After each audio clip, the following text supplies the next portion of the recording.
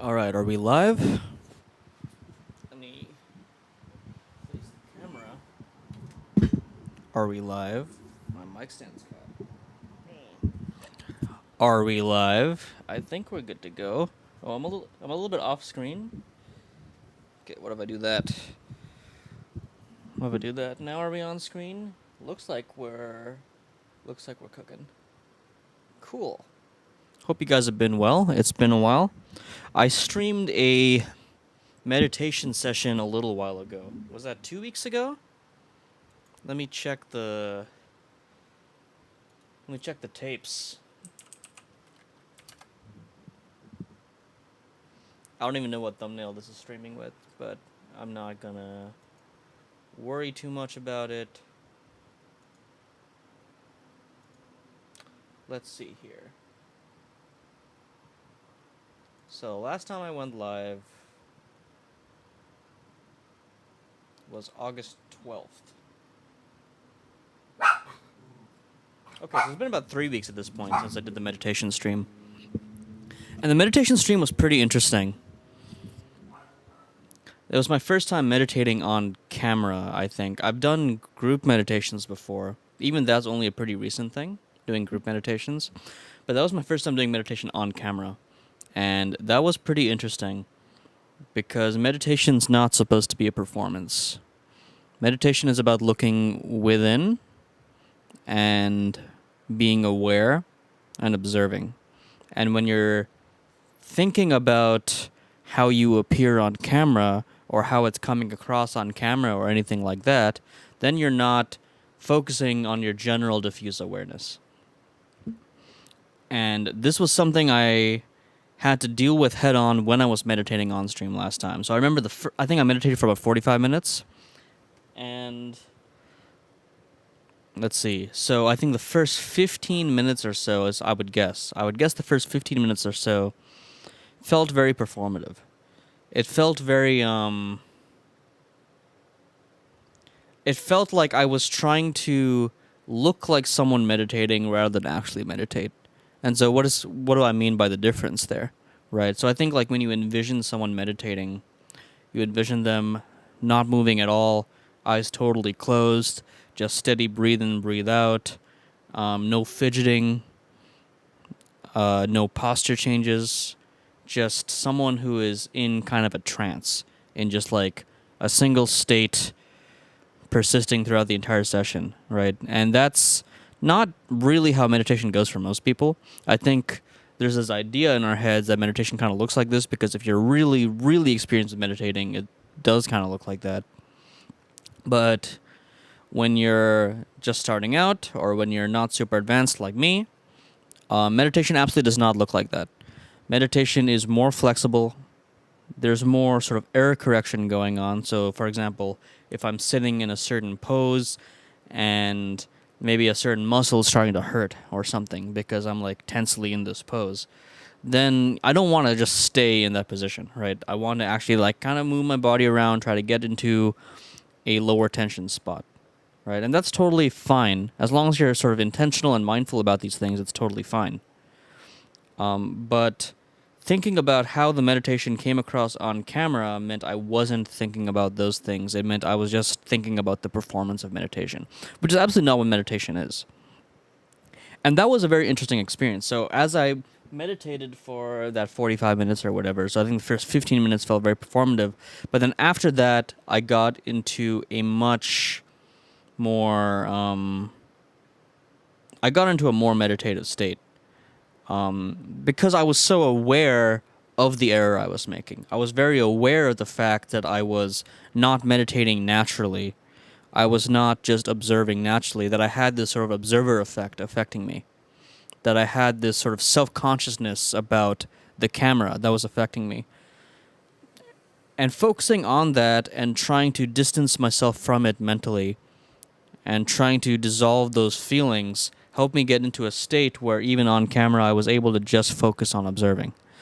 And I think once I got into that state, it just felt like a normal meditation session at that point. And that was very important and powerful for me because it forced me to confront my experience of self-consciousness while meditating. if you want to express yourself naturally, if you want to express yourself authentically, then you have to be willing to shed that self-consciousness. And to shed that self-consciousness, it helps a lot to be aware of it. Not just... So when we talk about awareness... yo, Maria, what's up? Good to see you, homie. When we talk about awareness, right? When we talk about people being self-aware, I think there's sort of two different notions of self-awareness that get mixed up a lot. And so, like, people... How do I want to put this? So there's two notions of self-awareness that get mixed up a lot. The first is, are you aware of the patterns in your behaviors?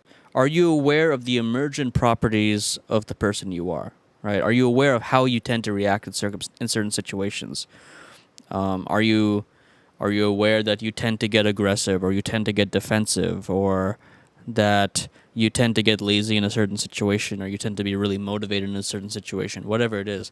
That's one notion of self-awareness, right? It's being aware of these patterns of your existence, right? Patterns that you fall into over and over.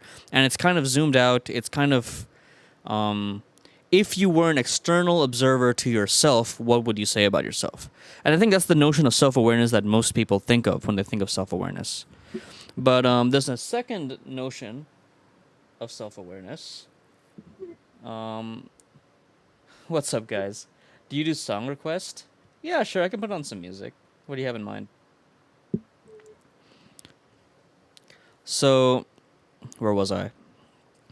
All right, so the second notion of self-awareness. So the first notion is you behave as an external observer to yourself, and you analyze yourself through that lens, right? Like, what is this person doing? What are the patterns in his behavior, etc.? The second notion of self-awareness is more internal. It's deeper, I think. And it's more about, do you know where internally you're experiencing a certain emotion?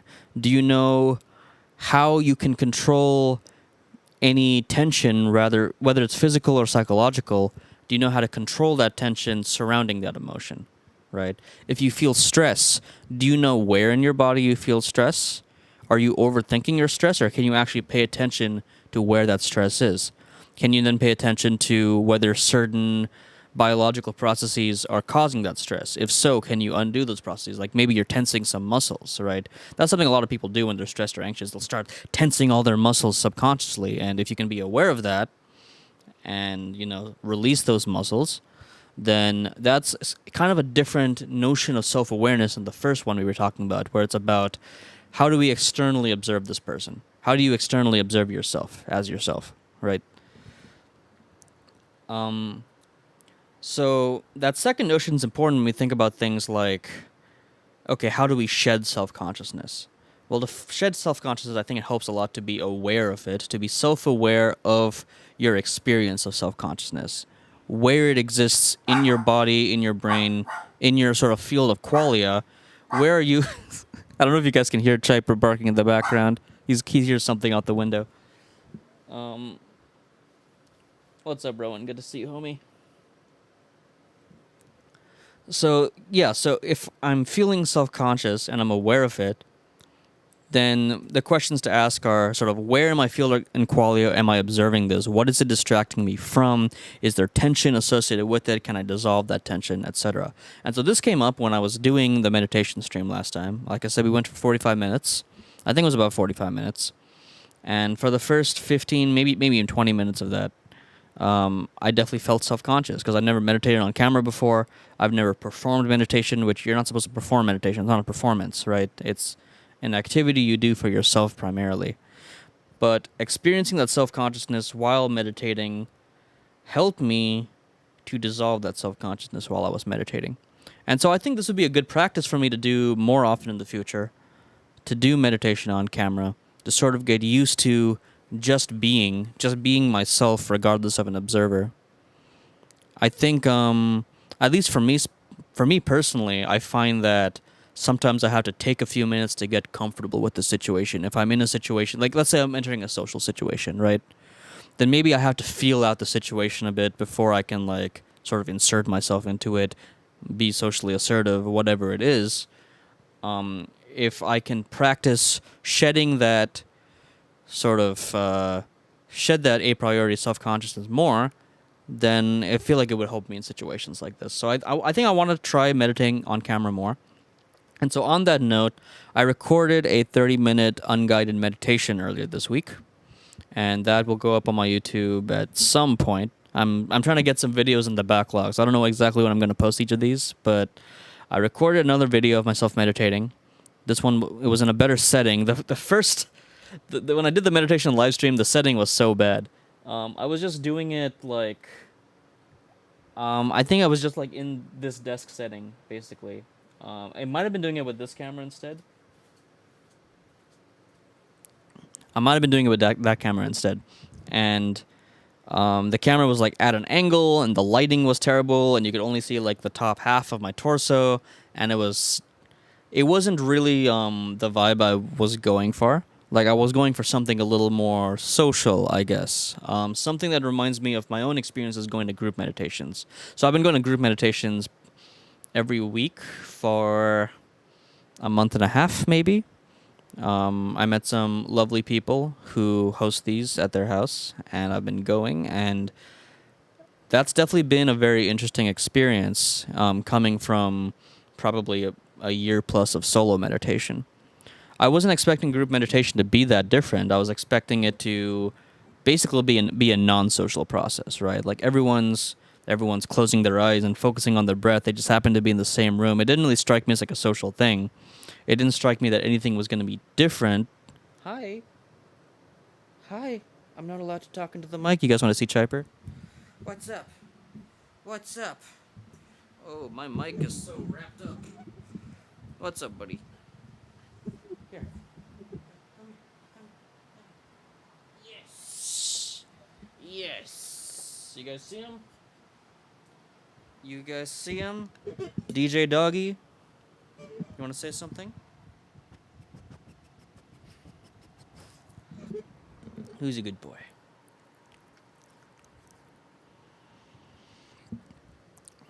Yeah, he's an attention seeker for sure. He's not super happy that I'm streaming right now, so I don't know how long I'll stream for because I feel bad. But okay. You want to get down? Okay. Give me one sec, guys.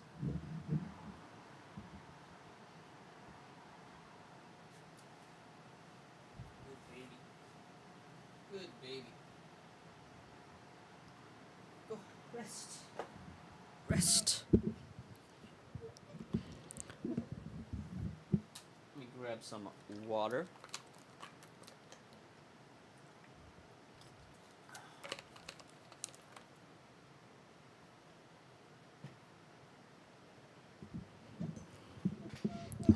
I dare you to make a song. I mean, as long as it doesn't have to be a good song, it sounds like an easy enough challenge.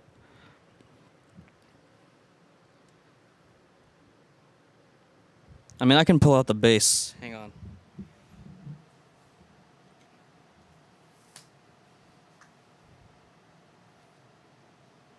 Okay, where's our cable at? The hardest part of music is finding the cables.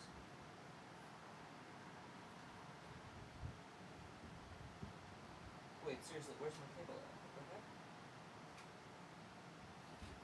Aha! Here it is.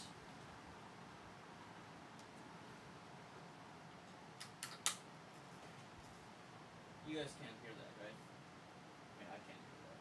So let's fix that.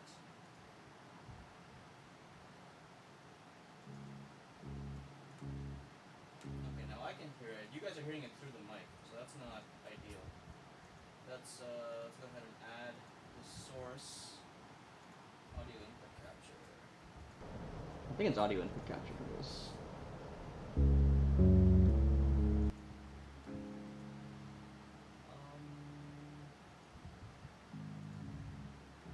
I don't think that's what I want. Let's see. Okay, you guys can hear that now, right?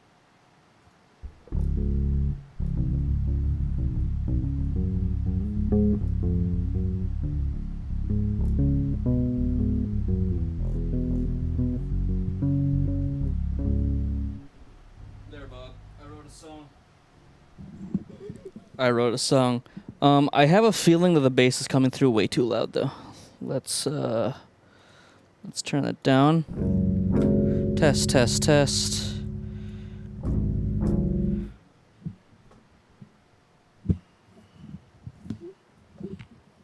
All right. Can you guys still hear me? It's the mic. See, I was kind of using my hand to bring the mic closer to me, but with the base of my hand, it's hard. I don't have a boom on this stand, so hopefully you guys can still hear me well enough.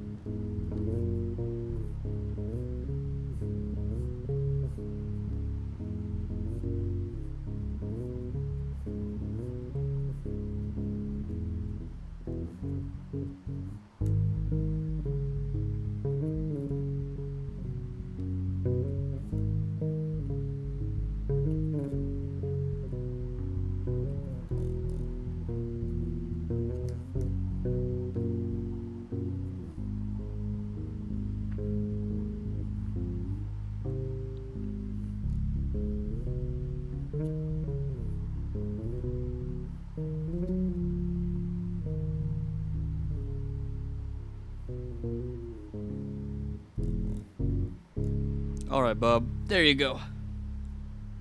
There's your song. All right, so where were we? Group meditation, right. So I started attending these group meditations about a month and a half ago, and I was not expecting them to be very different from normal meditation when I started. I wasn't really sure what to expect. I think initially when I went, it was just because I wanted to meet other people who are into meditation. That was important for me at the time, and I think it still is. I think meeting other people who meditate is... I think that's something I currently value. Anyway, so I met up with these folks, and they hosted this meditation session, and I was surprised by how different it was from a normal solo meditation. The main difference being that there was kind of this social, I don't want to say pressure, more like a social incentive to stay in the meditative state, right? So when you're meditating at home, let's say you sit down to do a half-hour meditation or whatever, right? When you're meditating at home, it is entirely on you to be disciplined enough to go through that entire process, right? So if you get bored 5 minutes in, a very common thing while meditating, by the way, getting bored shortly through the process. If you get bored 5 minutes in, it's on you to not give in to that boredom, right? Which is a great thing in its own right. Like, it builds discipline, it builds awareness of how you experience boredom. It helps you detach your actions from your emotions. These things are very, very valuable, don't get me wrong. But in the social setting, I was able to offload some of that discipline to essentially the other people meditating. There was a socially enforced discipline because all of us were meditating and none of us wanted to disturb each other meditating. We all wanted to keep this group meditative state. And so this definitely struck me the first time I did group meditation, and then as I did it more, oh my god, Chipey, buddy, you gotta let me talk. Yeah, you gotta let me talk. I gave him a cinnamon cookie, and he's still not happy. He's still not satisfied.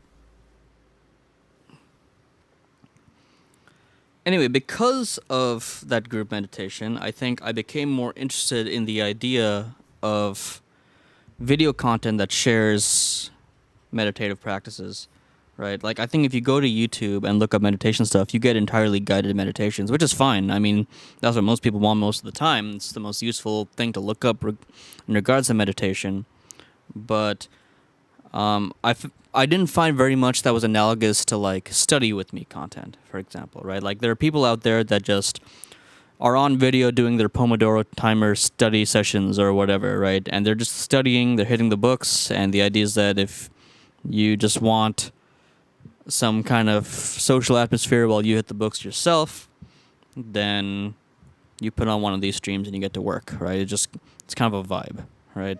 And I was surprised to find that there isn't really similar stuff for meditation when I actually think it might be more useful for meditation in some ways because, again, I think people have some idea in their head of what meditation's supposed to look like. And so to see real people doing real meditation that isn't so perfect, I think is valuable. And I think it also humanizes the whole process and makes it look feasible, right? Like if you hear someone like sitting in silence with their eyes closed for 2 hours and you're new to meditation, you might be like, wow, I couldn't do that. That sounds so hard. That sounds so boring, actually. I could never do that. I don't want to get that intense with it, whatever. But if you actually see someone doing it, then that humanizes the whole thing, makes it a lot more reasonable, makes it a lot more accessible, I think. I think just seeing anyone do it makes it easier to sort of perceive it as like a feasible thing for yourself. And so I recorded this 30-minute meditation video, and I'll be putting it up on YouTube at some point. But again, I had this performative thing going on where the first half felt very performative to me. I was like, okay, there's a camera staring at me. I shouldn't move. I gotta just close my eyes and breathe and be perfectly still. But then I loosened up a bit over time as I realized I was doing that, as I became aware that I was doing that. And about halfway through, I think, I didn't have a timer, so I don't. Oh my God, Chiper, go. All right, give me a sec, guys. Chipey. Hey, what you doing?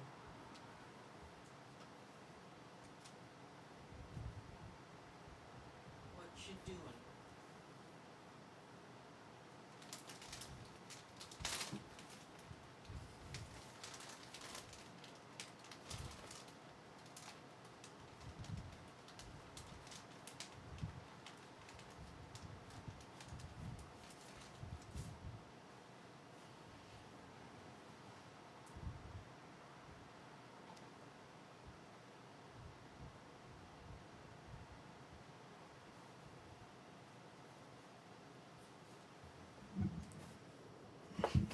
Ow.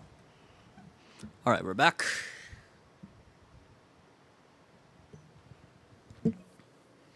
Yeah, so the first half felt very performative, but then as I became aware of the performative aspect of what I was doing, I was able to let that go and then just focus on the meditation itself and just sense.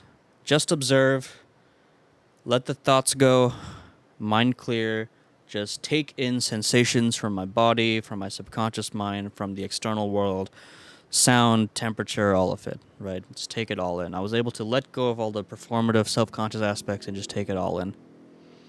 And I think that was very helpful for me, so I think I'm probably going to record more of these videos. I mean, I think they're super niche videos, right? I'm not recording these videos because I think they're the next Mr. Beast or something. I'm recording them because I think it's valuable for myself. I think it's valuable for myself to become aware of certain aspects where I'm not being authentic and to let that go because I want to be a more authentic person. I want to be a more naturally flowing person. And so I think these videos will help me with that. I think they might also find a small audience with people who are looking for meditate with me kind of content. But yeah, that was a pretty interesting video. And that wasn't the only video that I worked on this week. I also recorded a tutorial video for Sleepy Screens. So for those of you who don't remember, Sleepy Screens is this. It's a program that gives you a hotkey that turns all your screens off. Very cool. I really like this program because I meditate in this chair a lot. And, I mean, this is like my main kind of workstation. I've got these lights around me, right? I've got my sound system here. So this is where I like to meditate, ideally. Meditating with all the screens on sucks. So that's why I developed this utility, just so I can, like, quickly get into meditation mode here. It's also helpful when I want to go to sleep. Also helpful when I want to listen to music, whatever it is. And I recorded a tutorial video for this, which again I haven't put out yet. I'll be putting it on YouTube at some point. I'm building this backlog of videos.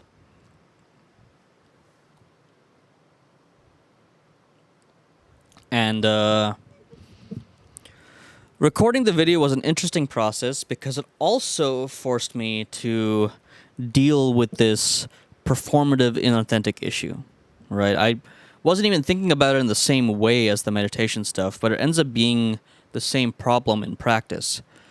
I'm pretty used to live streaming. Like, I've live streamed for many years now, and talking to the invisible audience behind the camera is not that difficult for me, right? If I actually know that there's people there listening, right? Or if there's like a chat or whatever, right? Like, streaming is not that different from actual socializing for me, I think.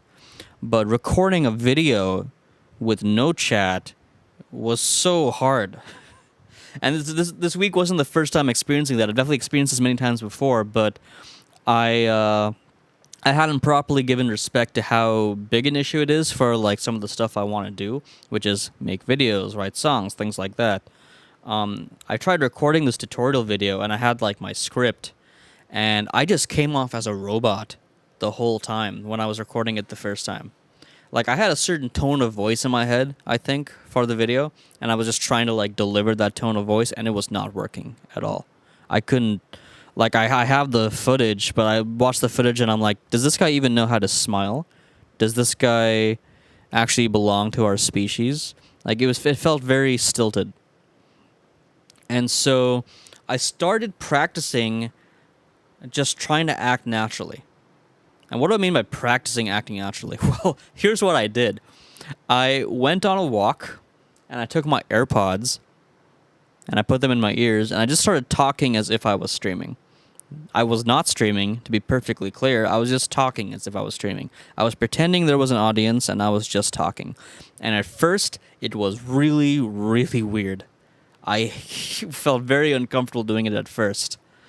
In fact, I think a lot of my first few sentences were things like, wow, okay, so I'm talking out loud right now to this hypothetical stream, and this feels really weird because I know no one's listening, but I'm talking anyway. I think my first few sentences were stuff along those lines. But as I kept doing it, it became more and more comfortable, and I was able to just talk. I was able to just flow. And then I went back to the tutorial video to re-record it. And I turned on the camera, hit record, and then I started just talking as if I was live streaming. Like, I think my first lines were something like, okay, can you guys hear me? I think my audio levels are good. I think we're live. Are we good, chat? I think those were my first few lines as I was recording this tutorial video to no audience whatsoever. But I was just trying to get myself into the flow of speaking naturally. And then I was able to re-record the video, and it came out much, much better. I think there's still room for improvement, of course, but I think it came out much better, and I'm a lot less unhappy with it than some of my previous videos. Like, you can go back to my old PX channel and find some of my other videos, and I think you guys will see what I mean in terms of, like, how I come across in the video. It's much more forced a lot of the time, I think. Like, whether it's my spiels before the Rivals of Aether / Nickelodeon All-Star Brawl edits, whether it's those, or whether it's my old video on why Smash Ultimate's worse than Rivals of Aether. Great video. You guys should all watch it because Rivals of Aether is so much better than Smash Ultimate. But if you go back and watch those videos, you guys can see that I'm much more forced on camera. Especially compared to like my old live streams where I'm like pretty free-flowing, I think. Go Fofi, what's up, dude? Good to have you here on me. So yeah, I just practiced acting naturally, and I was able to record the video better. So now I'm having a little more confidence in my ability to record videos quickly. I still think that it's easier for me to just go live and do it. I think it's a lot easier to just go live and talk. I think when you go live, there's no going back. Like, you say things, and then you just have to keep saying things. Right. Whereas with a video, there's always that option to stop recording and start again.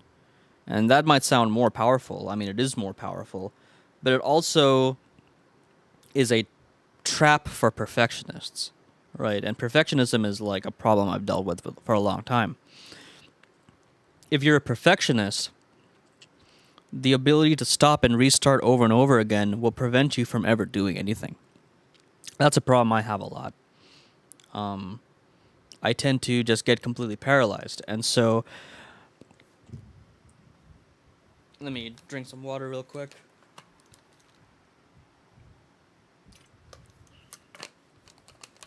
You're good? I'm glad to hear you're good, homie. I'm good too.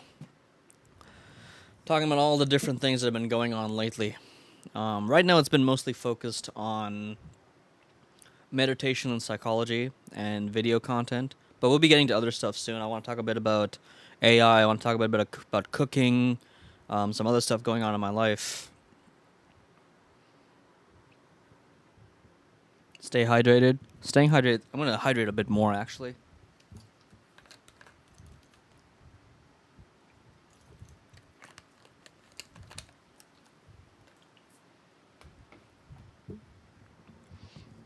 This acting naturally problem holds me back in terms of a lot of things I would want to do. Making videos is one of them, or making videos quickly is one of them. I think of videos as like this very, I think of videos as like being some kind of huge project, and I think partially it's because I associate videos with this constant re-recording while I try to get everything right. But if I'm able to let that go and just flow more naturally, then that becomes less of a problem. Now, here's where it gets really problematic. My music, specifically my vocal performances. I think the kind of self-consciousness and restraint that I bring to my voice by default. So if I'm just recording a video and I try to just like say the script into the video, I kind of have this restraint or self-consciousness or whatever, focusing on, am I saying the words right? Am I enunciating the right way? Is my face doing the right thing? Are the muscles in my face doing the right thing? It's very self-conscious, it's very not good, right? But I do the same things when I sing or when I rap. And I think those are the things that hold me back most in terms of finishing songs. Historically, vocals are the biggest thing that hold me back from actually finishing songs, both lyrics and vocalizing. And I think both of those things are tied to this notion of acting naturally. So if we go through like my musical library, I might have 100 half-finished projects at this point. I have a half-finished, 100 projects where a substantial amount of the instrumental is done. And you can like see like the idea of the song structure, the hook or whatever. And I can get a lot of these things to like full 3-4 minute instrumentals with multiple sections that contrast with each other and have a natural flow to them. I can even have a melody in mind for all of these. But actually taking that final step of putting together words and delivering them with my voice is something I struggle to do. And it's the biggest thing holding me back from releasing music. So in terms of my releases right now, I have one EP that I released 2 years ago and then remastered last year. But I have so much more half-complete music than that. And if I can figure out how to flow more naturally, lyrically and vocally, I'll be able to finish a lot of those faster. So that's something I'm thinking about a lot right now, how I can make that easier. It seems intuitive to me that one of the things I can practice is freestyling. I suck at freestyling. I'm really, really bad at freestyling, which is interesting because when it comes to all the other instruments, I'm very good at improvising. And I think that my ability to write parts for other instruments or come up with musical ideas for other instruments is closely tied to my ability to improvise on those instruments. So if I take that logic, then learning to freestyle more effectively would probably make me better at just writing lyrics and delivering vocals with less self-consciousness. And I'm really, really bad at freestyling right now, but I think that's probably a good place for me to start in terms of addressing this issue. What's up, Media Paranormal? Singing is hard when you hear your own audio. Dude, that's absolutely. Getting used to your own voice is definitely the first difficult step. And then even beyond that, if you have a certain idea of like how you're trying to sound, and then you sing, but you're hearing like the version of your voice that you hear, like with your head resonance, then you hear the recorded version and it doesn't match how it sounds in your head. Oh, that sucks, dude. That sucks. And I think the only way around this, right? So like there's two ways you can think about any art, right? There's having some idea in your head of like exactly how it should be performed, and then acting that out as best as possible. And then there's a way in which you flow authentically best, and then you do that as authentically as possible. And it might be shoddier in terms of some of the big picture, but it keeps that human feel in a lot of the little picture. And I think that's really important for vocals. I think you have to, at least for me, all of my favorite vocalists they're not necessarily like the great singers, right? They're all people that you can hear the flaws in their voice, but they, the stories that they convey are compelling in part because of their delivery, right? So people I have in mind, right, are like Bob Dylan, Olivia Rodrigo, right? Like you take these two artists, right, and I think a lot of people would say Bob Dylan is a bad singer. I think a lot of people would say Olivia is a fine singer, but not like the greatest of all time or something, right? But just because they don't hit every note super on tune, just because they don't have the most vibrato in their sustained notes or whatever, just because they don't have all the resonances that you might want to optimally use or whatever, none of that really matters, right? What matters is that they tell the stories that they tell with real emotion, right? And I think that's more important. And you can't do that if you're stiff. You can't do that if you're constantly self-analyzing and being self-conscious. I think you have to flow authentically to accomplish that. What's your question, Go? Tell me what your unrelated question is.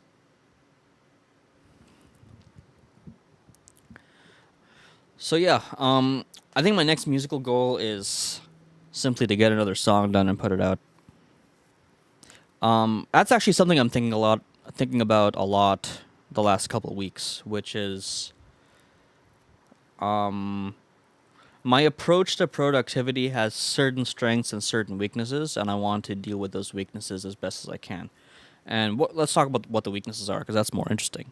The main weaknesses in my productivity are I tend to have some vision of like some big project I want to accomplish, right? A big project with all the bells and whistles. And I don't appropriately scale it down to a minimum viable prototype. And I also don't break that project down into milestones very effectively.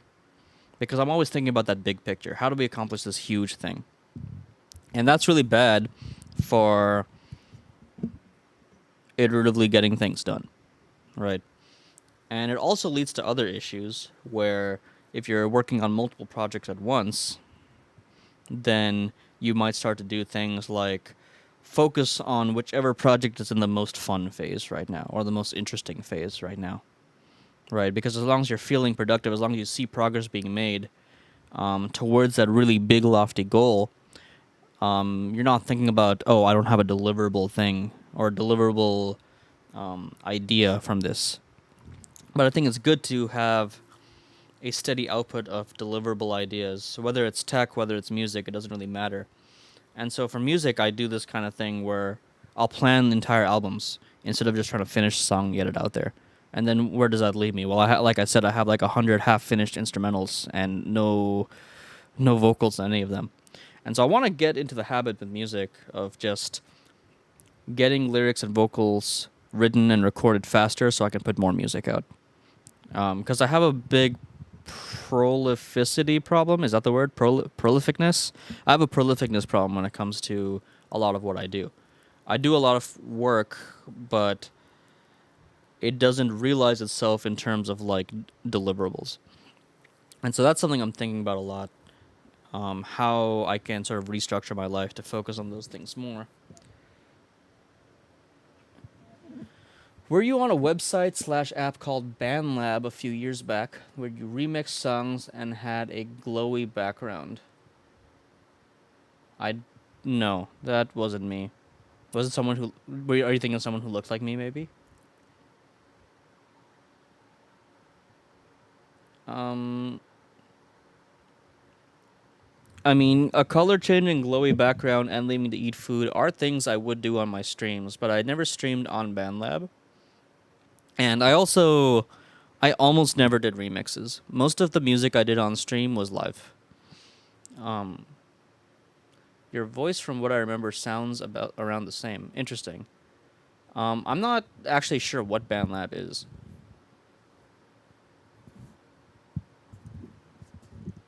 What is BandLab? The person would remix live. I was definitely not doing live remixes.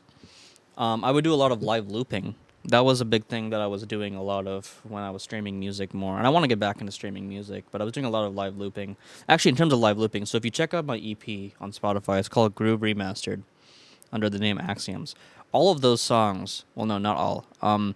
Most of those songs, the instrumental was mostly created on stream. Through live loop sessions, which is all why they have a kind of like hip hoppy sort of feel to them, because they were all created through live loop sessions. Most of them were created through live loop sessions. BandLab's a website where you can publish and make songs with P.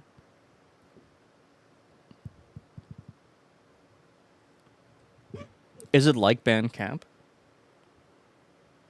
But yeah, I think you're thinking of someone else, man. I don't think that was me. Unless someone was restreaming me there. But I wasn't doing live remixing ever. Here, maybe I should, let me try something real quick.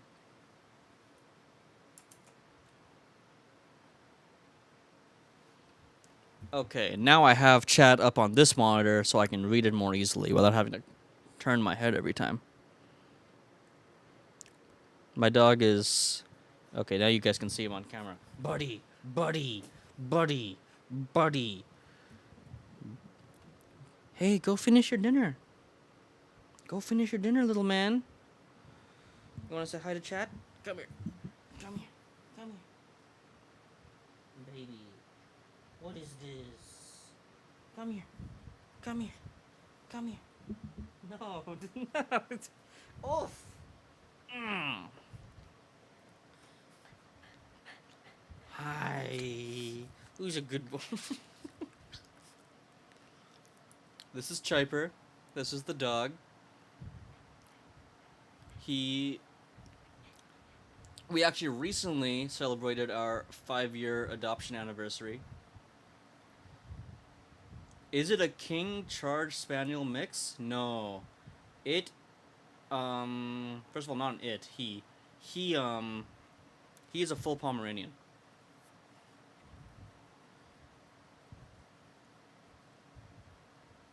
Yeah, he's a full Pomeranian. He's really big for a Pomeranian. So there's something called a throwback Pomeranian, which is basically a small subset of Pomeranians, I think something like 10%. They get an extra gene passed down to them from... How does it work? So there's a gene passed down to them that's associated with, like, Spitz breeds, Huskies, things like that. And those Pomeranians get way bigger than all the others. So, like, from what I've been told, he's twice as big as all of his brothers and sisters. He's just a massive Pomeranian. He also has a lot of personality traits that's more like those bigger dogs.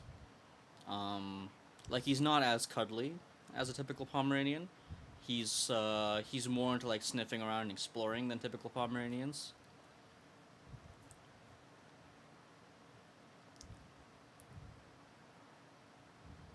He's also less of a jerk than a lot of Pomeranians, I think. I think Pomeranians have kind of a reputation for being stuck up, right? I don't think he's really like that. He's pretty chill. He's pretty chill.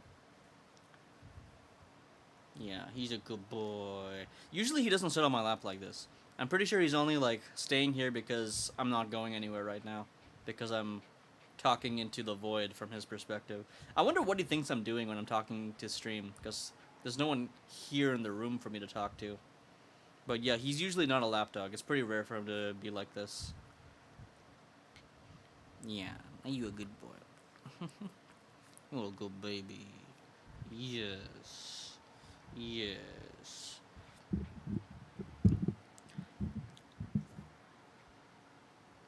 My is talking crazy again. Yeah, absolutely right. I mean, I'm always talking to him in, like, baby voices and stuff, right? So he probably already thinks I'm a little wacky. Yes, he does. Yes. What kind of dog do you have, homie? So yeah, I want to focus more on... That's one of my big plans this week, is to practice freestyling, practice lyrically flowing. Try to get at least one song recorded and finished. But one song recorded, I mean, I already have the instrumental. I just want to. I even have the melody. I just don't have the words and how I'm sort of going to deliver the performance. This is kind of one of the issues I have with songwriting in general right now, where so the way I make music typically, right, is that typically the way I make music is that I hear the music in my head, like I hear some set of instruments playing together in my head, and then I take whatever's in my head and I make it happen in the software, right? That's how I like to approach music. I'm not. I'm less so the type of person that just like, okay, let's start up a fresh DAW project and just try a new melody or whatever, right? Like, that's not really how I operate. I definitely imagine things in my head and then try to recreate them. There are some exceptions. Sometimes I'm in kind of a jamming mood, so I'll pull up a new project and I'll do some jamming, right? And then some of those will become seeds for new ideas. Now, here's the problem. When I imagine vocals, I don't imagine words. What I imagine is more like, how do I put this? You ever hear someone talking but you can't make out what they're saying? Or like you hear a song but like the vocals are a little bit muffled or something, so you can't really make out what they're saying. But you can like vaguely make out what vowels they're saying. You can vaguely make out the tone of voice that they're using, right? Maybe it's like a head voice, maybe it's like a chest voice, maybe it's like a falsetto, whatever it is, right? But you can hear like the tone of voice and you can hear like the vowel sort of. That's how I imagine vocals in my head when I'm writing music in my head. Going from that to actual words and vocal delivery is something I find pretty challenging compared to any of the other musical parts, right? What I'm hoping is that by practicing freestyling more, I'll hear lyrics in my head more reliably. That's what my hope is. That's what my hope is. Oh, what is it? What's going on? What's going on? Who is a baby? Who is a baby?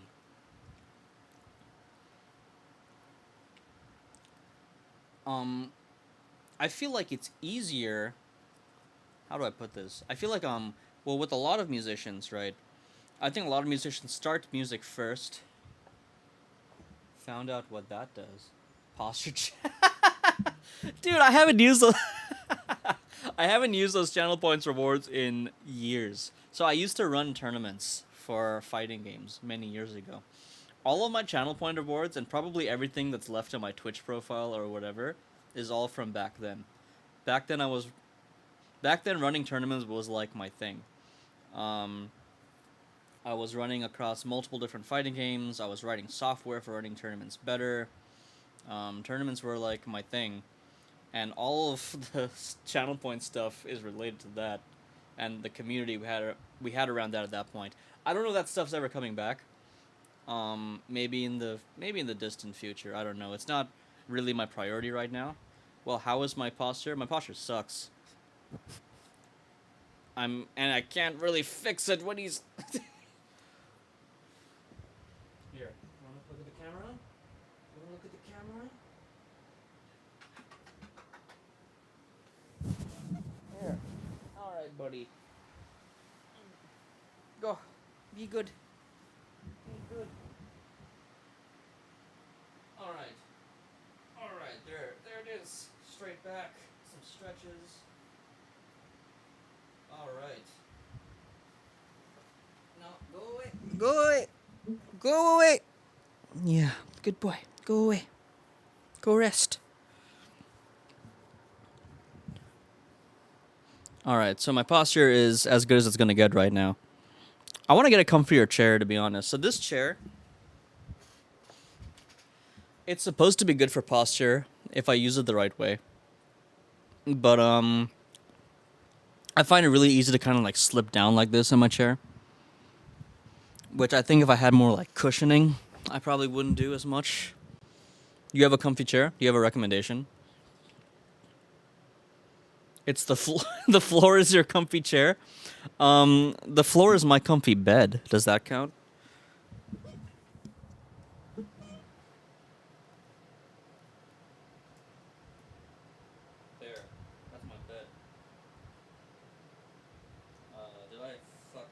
stand shit. One second. Shit.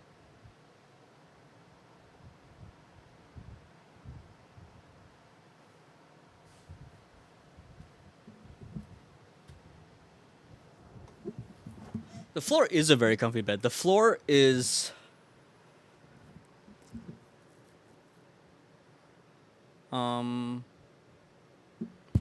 my mic's good, right? Okay, I'm good now. I'm good now. Yeah, the floor is a really comfy bed. I think it's a really underrated bed. I mean, this is technically not the floor. It's a Japanese futon. But the Japanese futon is awesome for sleeping, I think. I used to sleep. Well, obviously, when I was young, I slept on a mattress.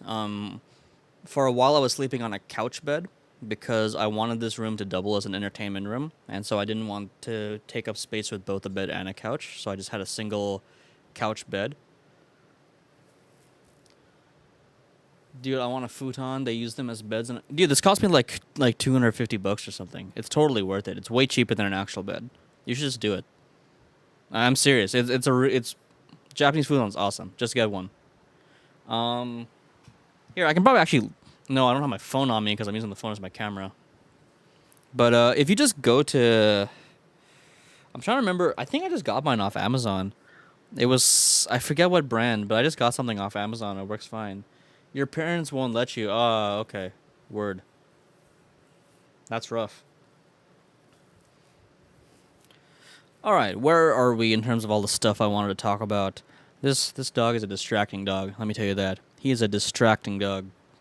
Yeah. Yeah, you are very distracting. No, no, go away. Shoo. Shoo. Shoo. Shoo. Alright, where were we? Okay, I think we actually haven't gotten to the most interesting things that we could be talking about.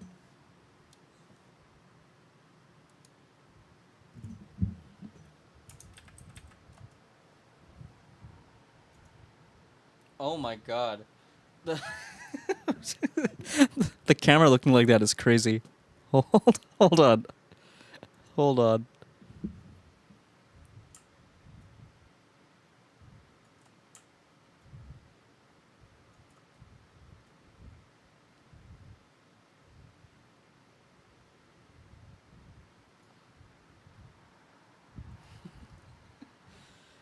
Yeah, so this sun is just Notepad.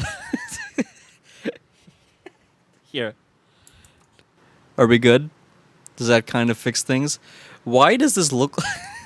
Dude, my stream needs some work. My stream needs some work. Oh my god.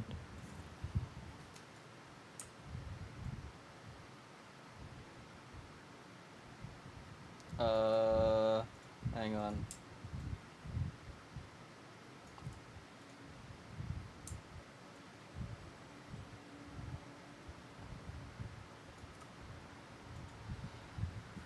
You can see the background. Dude, I don't know why it looks like this on the camera. How do I make a dot look like that? That's a really insane glow, though. I also wish Notepad had dark mode. I mean, Sublime has dark mode. Maybe I should just use Sublime instead. That might be the play.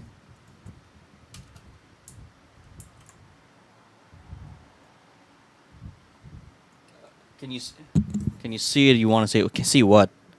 Here's Sublime. Sublime is a much more reasonable text editor, given that it has dark mode. Having dark mode's awesome. Having dark mode is great. Okay, so let's talk about the really interesting thing that I've been working on.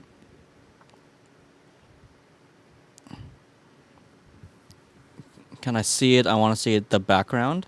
Are you just talking about the blinding white background I had up? This is what you want to see? See, the funny thing is it's not that blinding in person. I mean, it's a little bright, but it's not that blinding in person. It just looks absolutely insane. You want to see the computer background? There you go. I probably shouldn't have done that to minimize all my programs. Here, let me bring back my programs. So PX is the name of my brand, I guess. I don't really know what I'm doing with PX anymore, but PX was basically the name under which I ran fighting game tournaments in the past. And so this is just still my desktop background with all of the desktop shortcuts.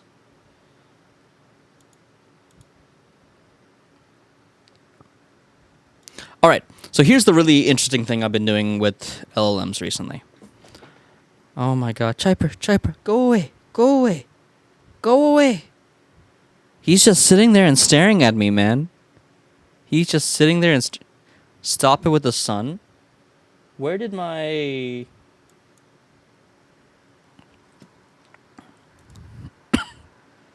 Give the dog food? Dude, I gave him dinner like 5 minutes before I started streaming.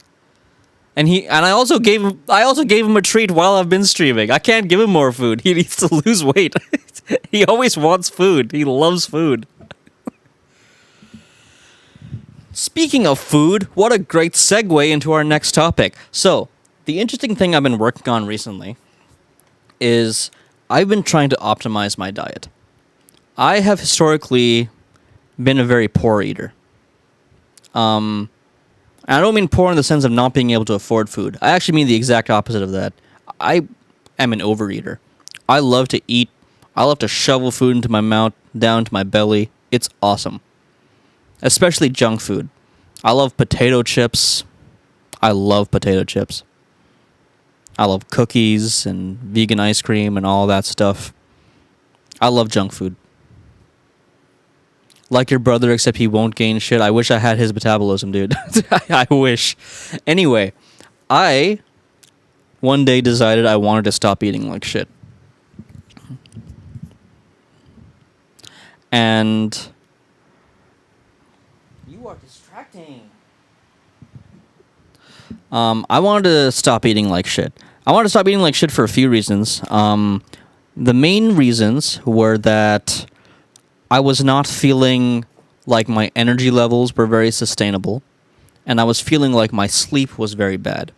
I also deal with some body pain issues with my back and neck, and I've seen a doctor for some of these things, but I figured that I figured it was worth questioning whether I was having some of these issues just due to not getting the right nutrients, right? Maybe I was just eating so badly that I wasn't getting the vitamins and minerals and macros I needed to deal with these issues. Right.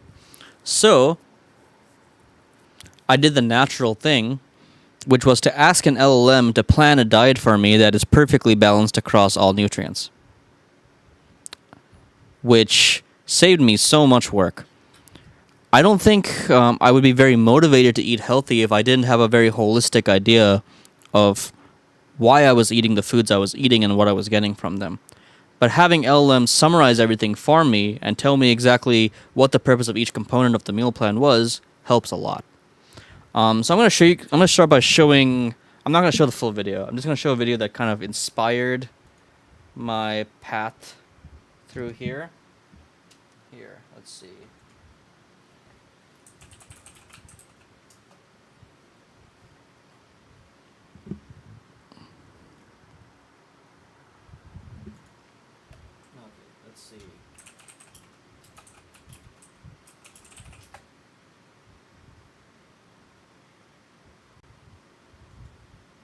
Meal prep that only takes 1 hour of...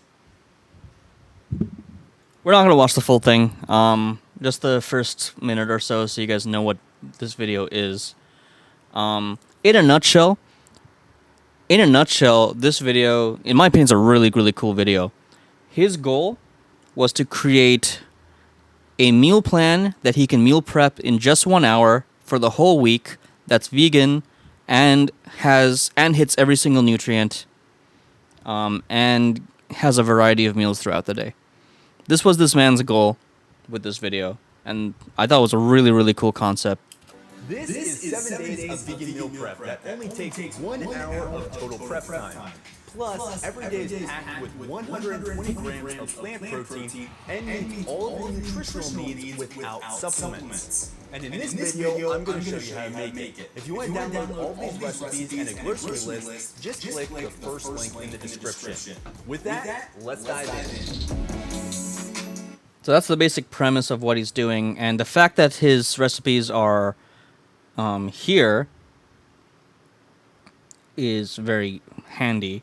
Let me see if I can get to the right... That's not the right link. Is this the right link? I don't want his calculator, man. I want the...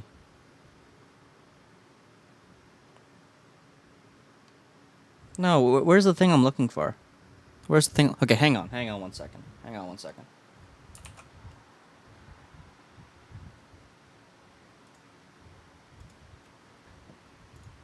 I'm gonna find this link. This link's an important link. It used to just be in the description. I don't know if I just missed something stupid.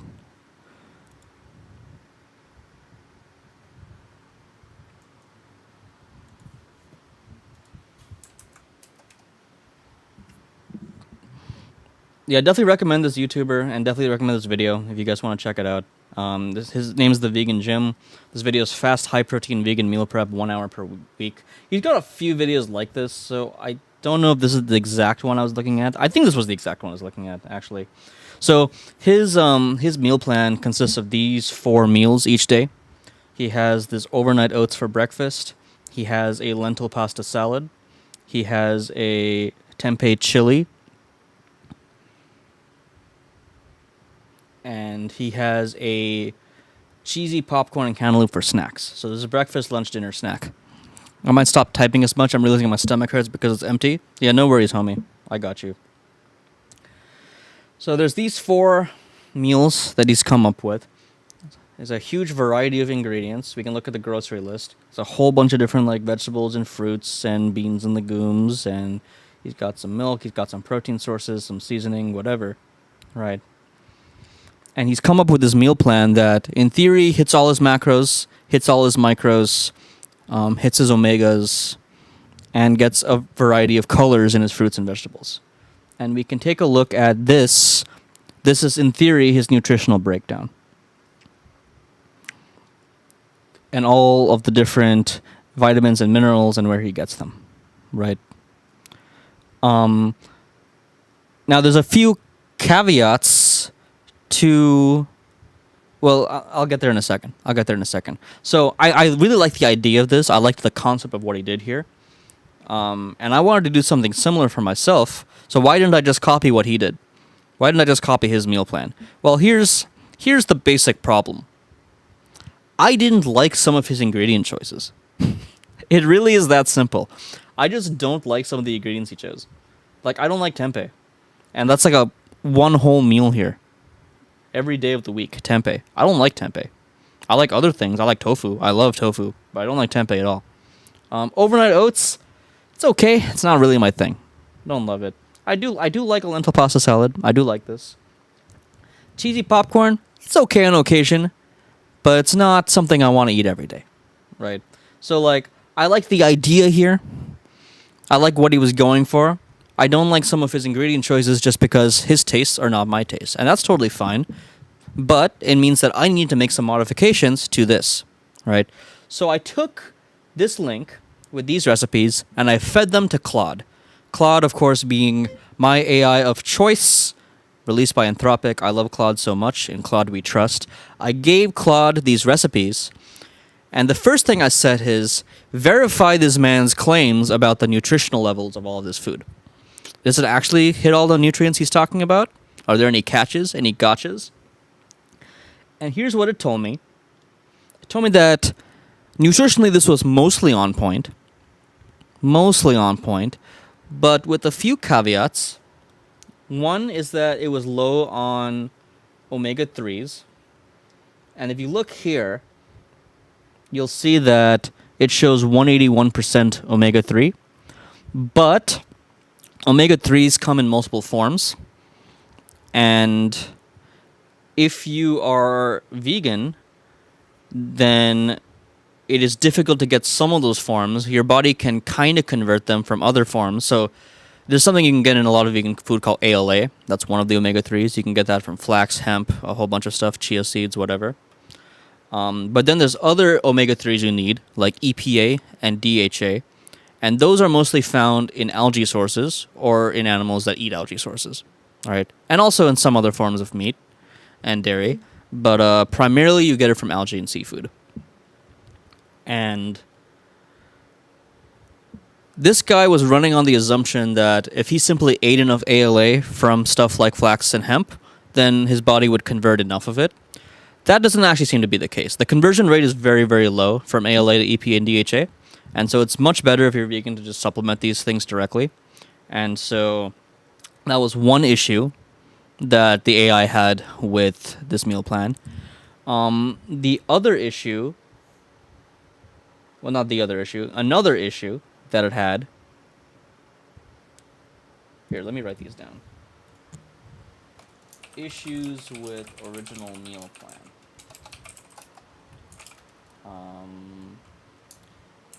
Needs EPA, DHA supplement for omega-3.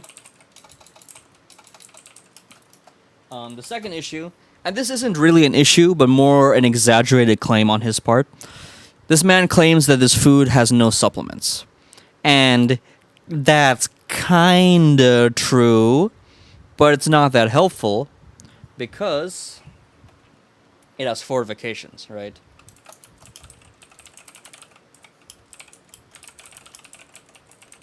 And it's okay to contain fortifications, and it's also okay to take supplements, but let's not, like, mix up what we're doing here.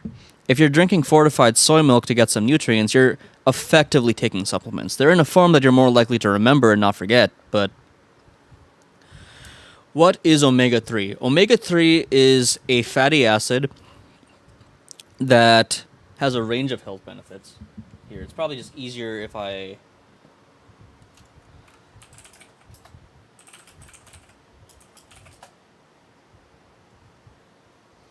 The benefit that's most relevant to me personally is joint health, because like I said, I have some like back and neck issues. But it does a whole lot of stuff. It helps your cardio health. It helps a lot of stuff cognitively. It also helps your eye health, which is really important for me, because my vision, not only is my vision bad, but I think some of the muscles in my eyes are like not ideal. It's complicated. But yeah, omega-3s are basically a form of fat that help with a whole range of things, and they're generally considered essential nutrients. Do I see double often? Often's a strong word, but more than I would like to.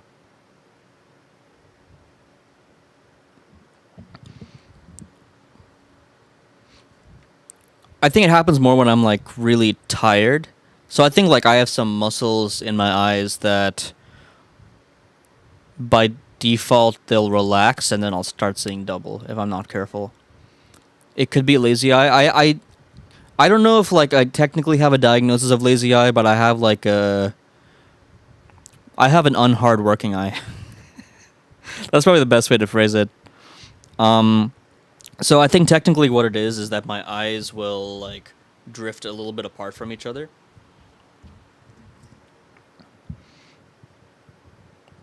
So like if I'm just staring into space, it can look like I have a lazy eye. And it's very easy for me to make myself see double. That's a lazy eye. Okay. It might be the exact same thing. The doctor didn't use the word lazy eye with me, but I don't really care about the semantics, I guess. All right, so his meal needs an additional omega-3 supplement, even though he claims all the omegas are there. He claims no supplements, but really it was supplemented just through fortifications. You just had a surgery to fix yours? Wait, you just said you're living with your parents. Aren't you like in like high school or something? You needed surgery in high school to fix your lazy eye? Shit, man. And then what's the third thing I was going to say here? Oh yeah, so the third issue that AI had with this meal plan was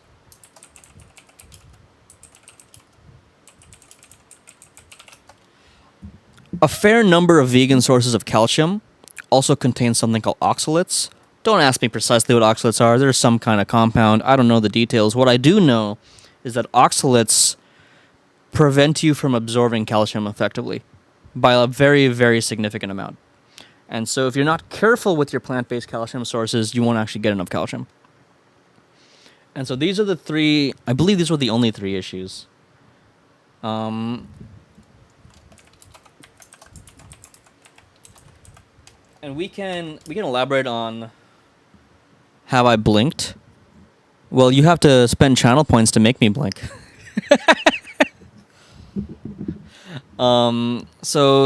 He was using, I'm trying to remember here, B12 from fortified nutritional yeast, D from sunlight. Sunlight's kind of a supplement. I think that's a cop-out on his part to say just get your vitamin D from sunlight. That's not really how it works for a lot of people. If you live in a place that isn't very sunny, or it's in like the wrong location or whatever, or if you're not someone who goes outside a lot, or if you're the wrong skin color, like if you're dark skinned, it's hard to get D just from sunlight. But like, is it that big of a problem that you have to be told to blink? I've never thought about it. I guess my eyes do dry out sometimes. I have dry eye issues, so maybe I should blink more. Excuse me. I wear contacts, and you don't need to blink as much when you wear contacts. So I think sometimes maybe I just don't blink for a while if I'm wearing contacts.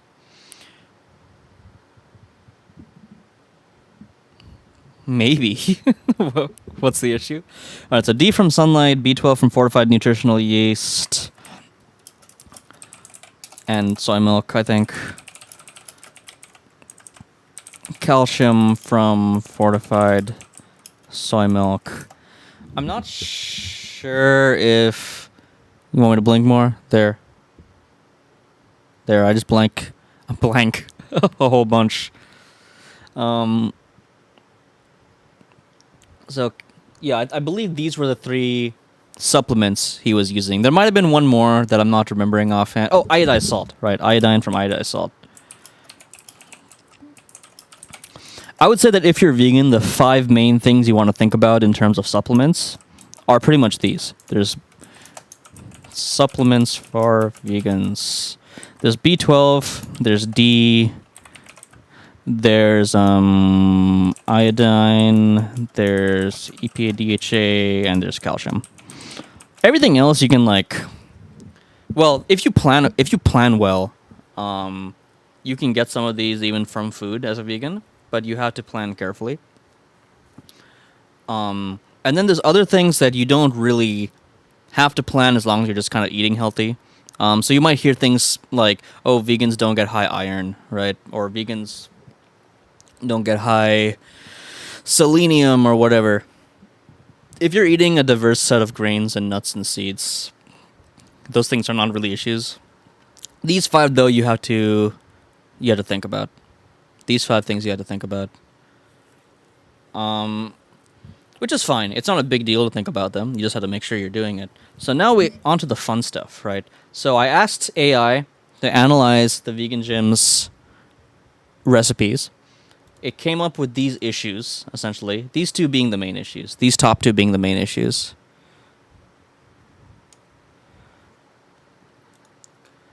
These top 2 being the main issues. So I told Claude to keep these 2 things in mind.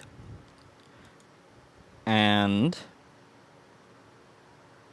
then what I told it was, these are all the ingredients that I do not like in this man's recipes. I do not like tempeh.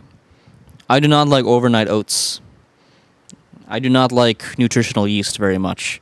I'll eat some vegan cheese kind of stuff now and then, but for the most part, very nutritional yeasty stuff, not really my thing. So I gave Claude this list of things I don't like, and then I told her some stuff I do like. I really like tofu. Not just tofu. I really like this one specific brand of tofu I buy all the time. You should analyze this specific tofu's nutritional profile. That's what I told it. So I gave it foods I liked, foods I didn't like, based on this list. And then I said, okay, go make me a new meal plan. You can use this original one as a reference, but make sure it doesn't have any of the stuff I don't like. Make sure it has all the stuff I do like. And make sure it's it's within range in terms of calorie count, in terms of hitting all my macros, in terms of hitting all my micros, etc. Make sure it's hitting all the same nutritional requirements as the vegan gym, right? So I had Claude do this, and then I kind of went back and forth with it for a while because it didn't get it perfect right away.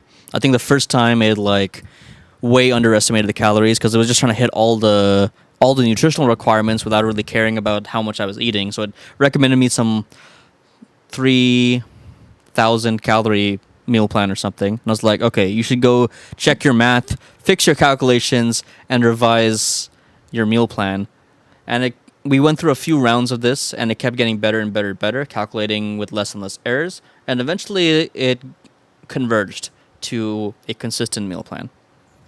And then I started eating that meal plan, and I very quickly felt much better, which I assume is not because of the macros. I assume it's because of the macro balance changes, but I felt much more energetic right away, like overnight, basically, from the diet change. I'll eat anything except I tend to not eat. I tend to not eat a lot of different foods, so being vegan is almost like what you are.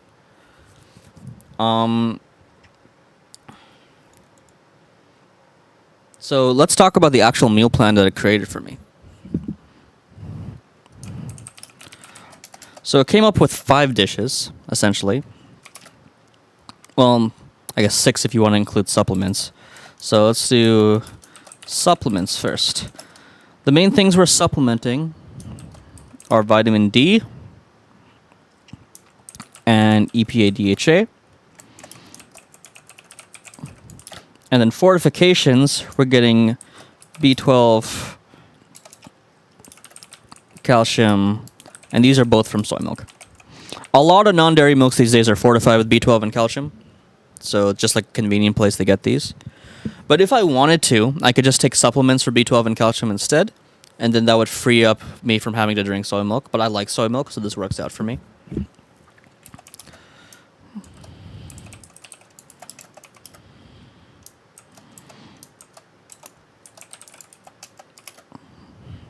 So let's see, what are all the other things we have?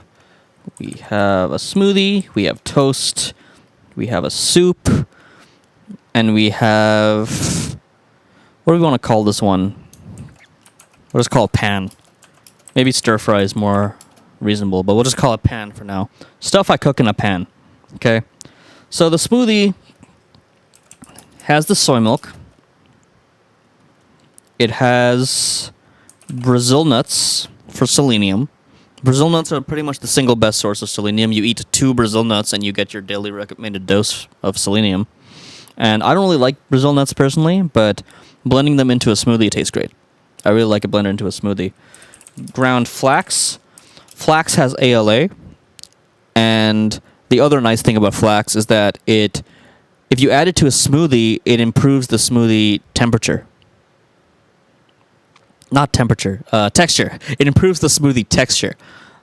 Because when you blend ground flax with a smoothie base, it creates kind of a gel sort of, I don't know exactly what the deal is, but it becomes jelly. And when you have a little bit of like that gel kind of thing going on, your fats and your water in your smoothie, they tend to work better with each other. I don't know the physics. Don't ask me about the physics. But I find that I get a very consistent texture to my smoothie when I add a lot of ground flax to it. You might have seen beverages that have something like xanthan gum or gellan gum or something like that in the ingredients. So those are stabilizers. The purpose of that is to like create a consistent texture in your beverage that is stable. Ground flax, you can think of this as like a natural alternative. It doesn't work quite as well, but it works pretty well and also comes with other nutrients that we like. I always put a banana in my smoothie because I love bananas, and also smoothies are just better with bananas, and bananas have nice things like potassium. And then finally we have some kind of fruit with vitamin C. And this can be pineapple, this can be oranges, this can be strawberries. Oranges is best if you're on a budget. I really like pineapple and strawberry in my smoothie, so I often go for those instead. But orange is like the go-to here if you're on a budget. Toast. We just have some multigrain bread and some sunflower seed butter. Sunflower seed butter is full of vitamin E. It's got a whole lot of other good things too in terms of minerals. It's got selenium. I want to say it's got iron. I don't remember if it has zinc or magnesium offhand, but it definitely has some selenium and iron in it. And the vitamin E is really important. Sunflower seeds tend to be the best source of vitamin E. And then in a pan, what I cook is tofu, because I love tofu. And I also cook a mix of oats and seeds in a pan. And that might sound insane, because typically you do not cook oats and seeds in a pan, but I'll straight up stir fry these things. Like, I'll take a pan, put a little bit of oil. Oh yeah, I should add the oil in question. Olive/avocado oil, typically. You can use other oils, it's fine. These two have monounsaturated fats, which are really good for you. So I typically cook my tofu, oats, and seeds just in oil plus whatever seasoning, whatever spices. So I'll take my oats and seeds, and by seeds I usually mean pumpkin seeds. Sometimes it includes sunflower seeds, sometimes it might include other things, but usually oats and pumpkin seeds. I'll put in a pan with some olive oil on high heat. I'll add some salt and maybe some paprika or whatever flavor I'm going for, and I'll just toast it for like less than 5 minutes. And at that point, they're hot, they're crispy, they're flavorful. They're closer to, I'm not going to say they're like potato chips, but like they're closer to that than the raw form, for sure. And that's a form that I like eating oats a lot, and a form that I like eating pumpkin seeds. I'm okay eating plain pumpkin seeds. I'm not a big fan, but I'm okay with it. Oats, I'm not a big fan in a lot of forms. I like oat milk, but I don't like oatmeal. I don't really like overnight oats. I'm okay with granola. It's kind of whatever to me. But these crispy, salty, non-sweet oats fried in a pan, I love this stuff. So this is what I've been eating most days, last couple weeks. And then soup, we have not VW Bam. We have beans. Why is it caps lock? Beans, bok choy, other veggies. The bok choy is called out specifically because bok choy is probably... Oh, I forgot one thing. I usually eat the stuff with tahini sauce because tahini is awesome and has a bit of calcium in it. Anyway, bok choy is probably the single best source of vegan calcium, so that's why I try to get it in my soups.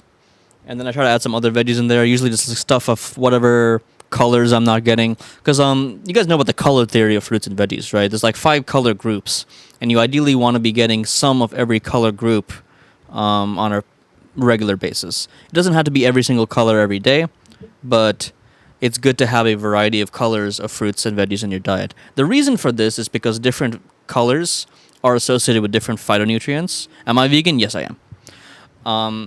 Different colors are associated with different phytonutrients, which helps you in different ways. And if you're getting a variety of colors, typically that means you're going to get a variety of these phytonutrients. And so the color groups are something like there's red, there's orange/yellow, there's green, there's blue/purple, and then there's white/brown. And so you want to be making sure you get all those colors. And so the fruit that I choose for my smoothie and the veggies I choose for my soup are based on those colors. And just whatever I'm feeling like, whatever I enjoy eating. And so this very simple breakdown, as it turns out, is pretty much enough to get all of your nutrients. The carbs and protein and fat and fiber sources, I think, should all be pretty obvious here. Tofu is your primary protein source here. But you're going to get little bits of protein pretty much everywhere. You're going to get some in the soy milk. You're going to get a little bit in the seeds, in the oats. You're going to get some there. You're going to get some in the beans. And you tend to get just like accumulate small amounts of protein across all sources, but the tofu is the bulk of it. For carbs, you have the sugars from the fruits. You have the bread. You have the oats. Oats are a big part of my carb consumption nowadays. Fats, obviously you have fats everywhere. You have the seed butter, you have the oils and tahini, you have the milk up here and the nuts up here. I currently don't have much fat in my soup. That's something I might change. I would say the soup is the part that I am least happy about right now with this meal plan. I I don't love veggies that much. That's basically the issue. I want to find a more compelling way for me to get my vegetables, but right now I'm getting them through soups. And then fiber sources, I mean, all the vegetables and fruits have them, all the nuts and seeds have them. So fiber's everywhere in this meal plan. So that's the macros. In terms of the micros, we're hitting our... Ooh.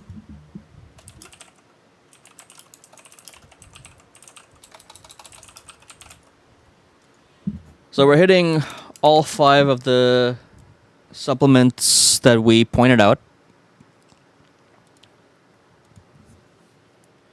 And we're getting them... I get 2 of them just straight through supplements, and both of these are better taken with fat, so usually I'll just put my D supplement... It's like a liquid that's flavorless, so I just put it directly on my sunflower seed butter, and then I'll just take the EPA pills with water. And so these are like the main critical micronutrients that we might be missing. And then in terms of the other ones, just to like keep them in mind, Brazil nuts are getting your selenium. You're getting iron in all sorts of places. There's a little bit of iron in the tofu. There's some iron in the sunflower seeds. There's zinc and magnesium in the pumpkin seeds. I think the oats have some iron too. Some of the veggies will have some minerals across the board. Some beans will have some calcium in them. And so you're getting all of these minerals through all of this. You're getting ALA through the ground flax, which is the last remaining omega-3 that we care about. And then for phytos, we're eating a variety of fruits and vegetables. So we're getting all of our phytos, or not all of them, but we're getting a wide variety of phytos. And so this has been very elegant for me to think about. It's easy for me to think now in terms of like, okay, what food groups am I missing if I like miss one of these or whatever. And it's also easy for me to swap things out. So it's not like I'm eating just this every single day. I think of this more as like, okay, this is the baseline that I'm allowed to edit. From here, what changes do I want to make each day? Maybe I swap out some fruits and vegetables. Maybe I try seitan instead of tofu one day. Maybe I try different seeds instead one day. Whatever it is, right? There's like a lot of things you can swap out here. But it gives me some kind of framework to work with. Everything here except the soup, I just make the day of. I don't meal prep it at all. Like, these things are just pan fried. This thing just goes in a toaster. This thing just goes in a blender. So I don't meal prep any of those. The soups are the only things I meal prep. Usually I'll prep like twice a week for soups. Make 3 to 4 days at once. Soups, in my opinion, need a bit of fats because it adds more flavor. I think I agree with you on that. So recently, I took one of my soups. Actually, it was more like a stew. I had a stew I made with black-eyed peas, bok choy, broccoli, tomatoes, cauliflower, maybe some other stuff. I forget exactly what, but I had all of those things in like a stew. And I just put the stew in the blender, and I blended it into a pureed soup. And it was nice, but what made it nicer was when I added some sunflower seeds into the blender too and blended it even more. And then that fat content got into there and made it thicker, and that was so much better. So I think you're right. The soups do need fat. I think in the past, I've made the mistake of adding too much fat. Like, I'll put like a full can of coconut milk, for example, and that could be a disaster if you don't balance things correctly. But putting a little bit of fat goes a long way in your soups, I think. So yeah, this is a lot of what I've been thinking about lately in terms of getting my diet on track. And like I said, I started eating this way and felt better pretty much immediately. So before I was eating this meal plan, my diet was more like high protein. I would eat like twice as much tofu as I am now and not a whole lot of other things just because I really like tofu. That was my logic. I really like tofu and it's good for me, so I'm going to eat a lot of it. Turns out there's other things you're supposed to eat too if you want to be healthy. So, cut back on some of the protein, increase my carb and fiber intake, and man, the energy difference is crazy. I feel so much more energetic every single day. I actually have some amount of drive to do cardio now, which is crazy. I didn't have that at all before.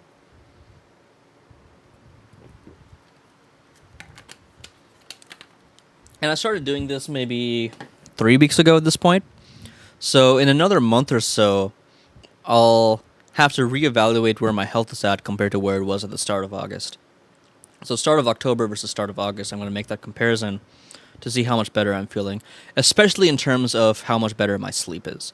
I think my sleep being crappy was a big part of my motivation to get all the nutrition stuff figured out. And so we're going to see how much better my sleep is by October. There's a chance that it doesn't improve, in which case, at least I've ruled out nutrition as the cause for that.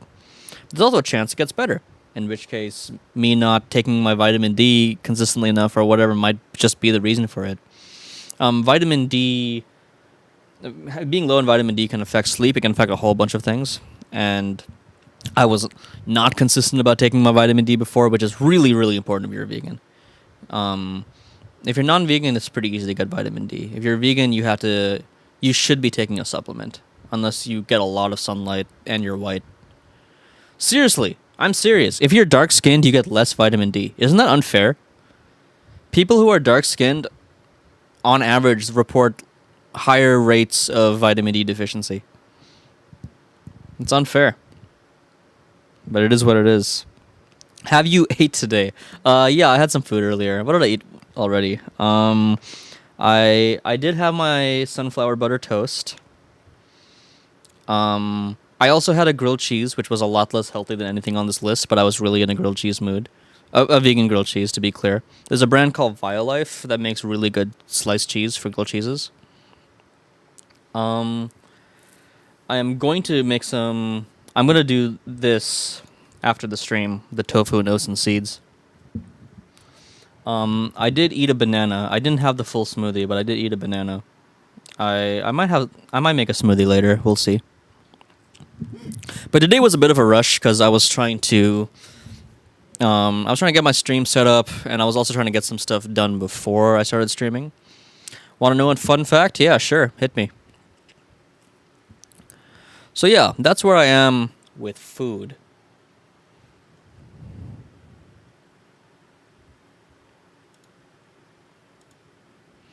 All right, so what else is going on in my life? I have a little...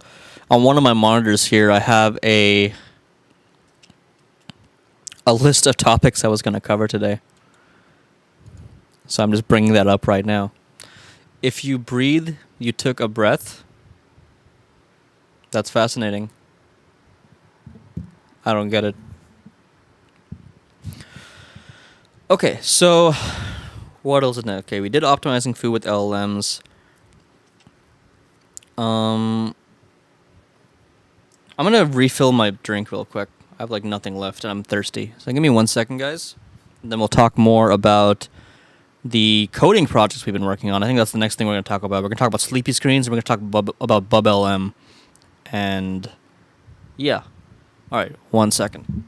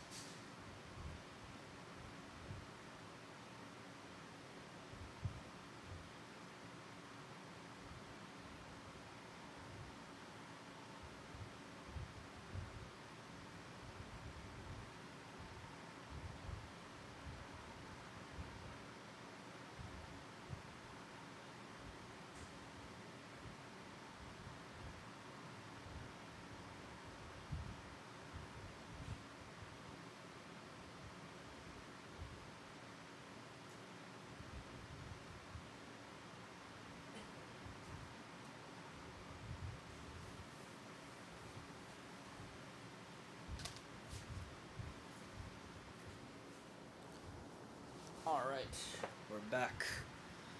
Smallest squid is 16 millimeters. That's pretty small.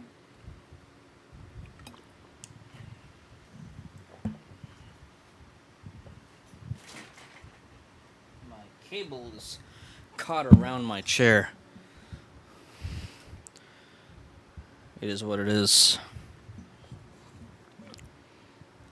All right, let's talk about our coding projects.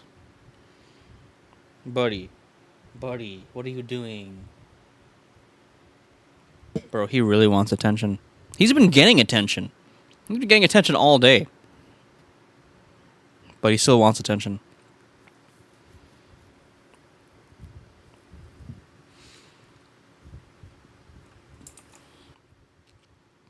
Okay, sleepy screens. So, sleepy screens is a very simple utility that I put out to turn your screens off instantly.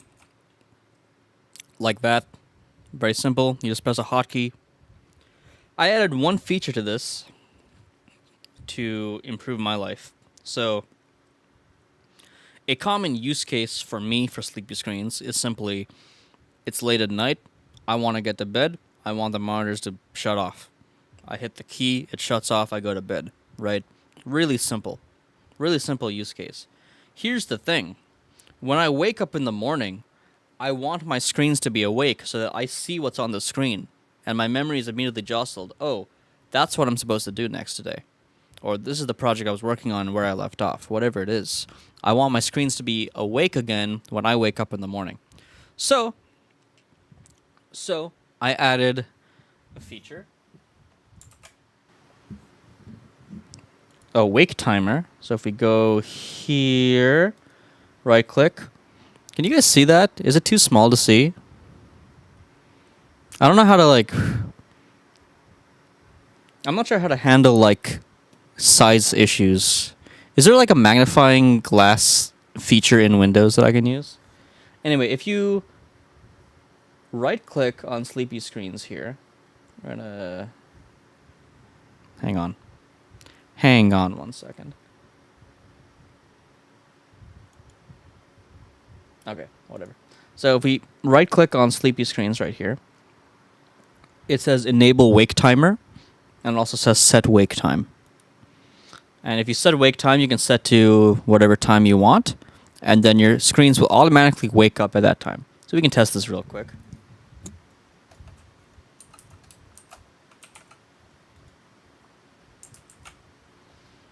So in about a minute, the screen should automatically wake up because I set the timer for 1 minute from now. And once the screens wake up, and the screens are already waking up because it's already 1 minute from now. Is the last one going to wake up? Yes, it is. Okay, cool. So yeah, now this thing is awake when I'm awake in the morning. So better for my workflow. So I've added this feature in. It's pushed, so you guys can go install Sleepy Screens version 2.0.1. It's on my GitHub. Guess what? What? Sleepy Screens, I think, by itself is not that interesting. It's useful. It's not that interesting. What it represents is, I think, a lot more interesting. And what Sleepy Screens represents is the fact that LLMs can improve your life in these very simple ways that were otherwise intractable before. I'm having fun with the posture checks. Okay. All right, there's my posture check. Got a good back crack in there. Yeah. So let me go to my GitHub.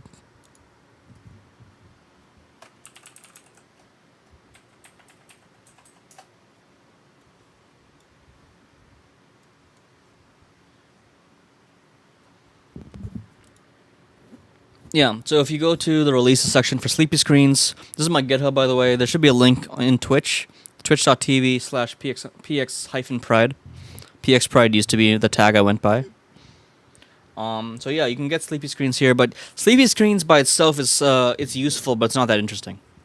What's more interesting is what Sleepy Screens represents, which is how LLMs can improve your life a lot in these very small ways.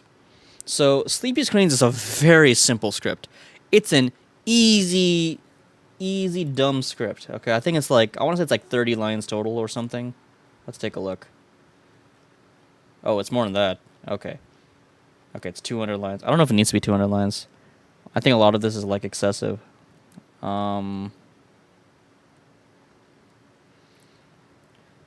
But the core of Sleepy Screens is very simple. I mean, there's a branch of Sleepy Screens where I think it's like 10 lines or something. Like if I go back to July, whatever, or let's go here, add help option to tray menu. Okay, this was like less than 100 lines. And the main feature, the actual hotkey for putting your monitors to sleep, is like 1 line. And then some of this is here to give you menu options. Some of this is here so that when you type in what timer you want, it's like flexible. It can like read different time formats. Right. But like overall, it's a pretty straightforward script. So I guess what we're looking at, did we say 200 lines? 223 lines, right? 223 lines is not a lot of code. An experienced developer should be able to write code this short in not that much time, right? But definitely not as fast as an LLM can do it, especially if you're not used to this specific language. So this is AutoHotkey, which I have zero experience programming in. I've never programmed an AutoHotkey. But for this kind of utility, you want to use AutoHotkey. And as someone with a CS background, could I learn and understand AutoHotkey and like learn all the little details that went into the script and write the script myself? Could I have done all that? Yes, I could have done all that. But I wouldn't have done all that because I'm using my time on other things. Whereas when I had my LLM deal with this, the LLM probably spent like 5 minutes on it. Total, across multiple sessions. LLM spent very little time on this, and I spent even less time. I just told the LLM what to do while it did it. And now, anytime I want to meditate, I just do that. It didn't take any effort from me to get this utility on my computer. And I'm not saying this utility doesn't exist. Like, you can go looking for tools that turn your monitors off quickly. That's fine. But being able to go from I have a problem to I have a solution extremely quickly in a way that it's still your own code, so you can manipulate it, you can modify it, whatever, you can add more features to it, that's really, really powerful. I think that's the more interesting things about Sleepy Screens, not the actual turn your screens off functionality. It's what it represents in terms of how a simple conversation from an LLM can go a long way. What's up, $6? It's good to see you, homie. It's been a while. Sleepyscreens.a. I don't know what that means.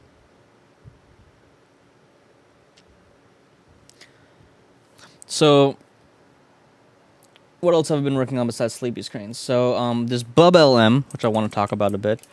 I think this could use a bit more testing.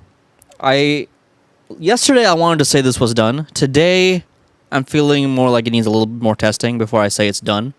But it's close, and it's functional. I've been using it. So, when I streamed, I don't know, maybe like a month and a half ago or something, I talked about something I was calling Claude DD.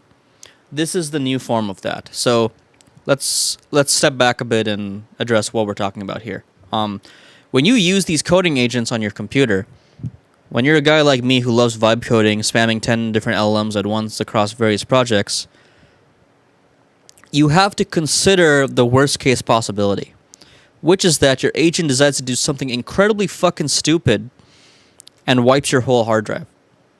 That's the risk you have to keep in mind when you're using LLMs, and especially when you're using them extensively. They could act very destructively, right? And that's bad. We don't want them to act destructively. So, one thing you can do to prevent them from acting destructively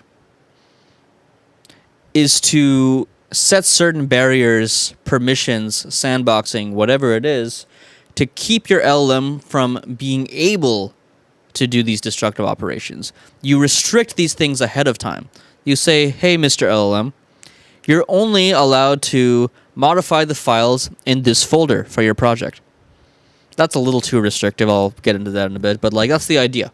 That's the idea. You're telling it exactly where the LLM is allowed to edit files and such. LLM on a leash. Exactly. So, as it turns out, in practice, it's a little more complicated than just specifying the permissions for the single folder that you're writing your code in. There's other things involved, like you need to be able to write to package manager directories in case you need to install packages. You need to be able to write to at least some databases, maybe not all of them, but at least for a given session, you might want some databases to be writable, right? And so there's various barriers you need in terms of read access and write access to get the functionality you want out of your LLM while minimizing the amount of damage it can do, right? You're lost. Okay, let me back up. I think maybe I'm getting a little caught up in the mumbo jumbo right now of what I'm saying. So let's talk high level for a second here. So we use coding agents. Coding agents fundamentally are just like programs on your computer that talk to some LLM on a server somewhere else, and you're basically sending. I follow about. Yeah, exactly. What's the best way to explain this, $6? So when I have a coding agent on my computer, right, it goes back and forth between reading my code and editing my code and sending requests to an LLM far away based on whatever request I have, based on whatever code I have. The LLM far away does the thinking, reports back with some text or some commands or whatever, and then the bot does these things. And so basically the coding agent is just like, it's a bot that, the simple thing is it's a bot that programs on your computer. It writes code for you based on what you say. That's the important part. Everything else I'm saying is not useful information. The important thing is that a coding agent writes code on your computer based on what you tell it to do. Now, what you need to know about these things, about these coding agents, is that they're pretty damn good, but they're far from perfect. Right? They will sometimes do things you don't ask them to do. They'll sometimes not do things that you do ask them to do. That's actually not so bad. It's annoying when that happens, but it's not so bad. Sometimes they'll do things that you don't ask them to do because they're just stupid. They think they had an idea, and then they do something really stupid that you didn't ask for. One such stupid thing that they can do is erase your hard drive. If you're not careful, your bot could just decide to erase your hard drive, not because it's malicious, but because it's dumb and malfunctioning. These coding agents are pretty smart, but they have a limit. And you'll hit those limits pretty quickly as you use these coding agents. And so, what we want to do is we want to have a tool that prevents these agents from even seeing files on your computer you don't want it to touch. That's basically what I'm trying to say. So, let's say you have a bunch of folders, one for each of your coding projects. So you go into one of those folders and you start up your coding agent. Right? You start up your coding agent in one of these folders. You don't want this coding agent, most of the time, you don't want this coding agent to go into all the other folders and edit the code. You certainly don't want it going into your system directories and like messing with files there or even deleting files there. And you certainly don't want to say, we're having a storage issue with this project we're working on. How do we deal with the storage issue? Maybe we delete every file on the hard drive. That will give us storage to keep working on the project. I don't know if you've ever heard of the paperclip problem, but that's an example of that. Paperclip problem is basically it's a thought experiment where imagine you tell an AI, hey, Mr. AI, I want you to figure out how to create paperclips as efficiently as possible, as much as possible. You tell the AI this, and the AI goes off and ponders, how do I make paperclips so efficiently at such high volume? Oh, I know what to do. Let me start by killing all the humans who would harvest resources that I would use to make the paperclips. That's a good first step. Let's just kill all the humans. So this is what the paperclip problem is. The paperclip problem is This idea that you give an AI a task that you think is well defined, but it's not fully well defined, and the AI finds a solution that is a horrible solution because it considers some things that you thought were implicit. It's removing the French language back. That's a great that's a great example. That's a great example. So you could consider a similar thing with the coding agent, where you tell the coding agent, program this project. I don't care what the project is. Program this project, and the agent says, well, there's not enough space to work on this project for whatever reason. I'm going to go clear up a bunch of space. You don't want the agent doing that. You don't want the agent messing with your file system. You don't want the agent just deleting random files. I will say that this hasn't happened to me yet, but I've heard some horror stories. If you're on Reddit, if you're on AI Twitter, or if you're on Substack, any of these places, you're going to see these horror stories of these coding agents just doing horrible things. I've had coding agents do horrible things to me, just not that horrible. Now, that's pretty bad, deleting all your files. I haven't had that happen to me, but I've had them do some pretty bad things. So having some scaffolding in place to prevent them from doing these super destructive, catastrophic actions is really important. And so that's what BubLM is. The bub in BubLM stands for bubble wrap, which is the main tool, the main utility that we use in this script to do the sandboxing. And so what this script does, first of all, it sets up some... Now we're going to get into a bit more of the technical, just to explain things real quickly. But it starts off by setting up some Git hooks so that if you try doing anything destructive on your GitHub repo, GitHub is the website I'm on right now, where you can go view this code yourself. In theory, there are operations you can do to destroy things in your Git repo. Like you can clear out all the history, stuff like that. So I set up some Git hooks which run if you ever try to do those things and block it from happening. So the Git hooks prevent destruction on the Git repo itself.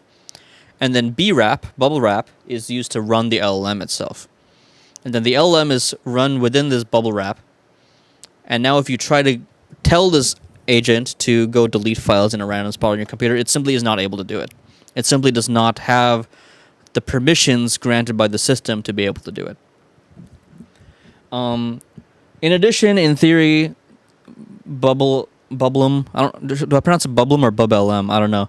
In theory, this also enables you to have sandboxing for databases, so you don't end up just randomly writing to random databases, but it also allows you to add a flag saying, actually make this database writable. And there's also a similar flag for making other parts of your file system writable if you need to, so you can loosen the sandbox a bit. But that's BubLM in a nutshell. When I was working on this in the past, I was running into all sorts of issues with it. So originally, this was ClaudeDD, which was using Docker, as basically was trying to run the LLM within a Docker container and use that for isolation. That's how I was trying to achieve what I've been talking about. And Docker was a nightmare to work with. It was not very transparent, I guess, is the best way to put it. Bubble wrap, much more transparent. It just feels like you're working within your file system. So, deprecation notice. I thought I told it to get rid of this. What the heck? Okay, I'll have to scold Claude about that. I thought I told it to get rid of the deprecation notice. This is not deprecated, by the way. It is slightly under-tested, but it's... Oh, is this just not pushed?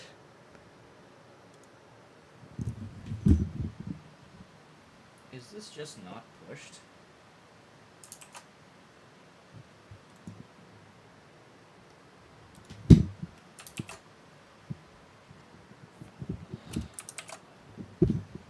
I thought this was pushed. I'm a little confused.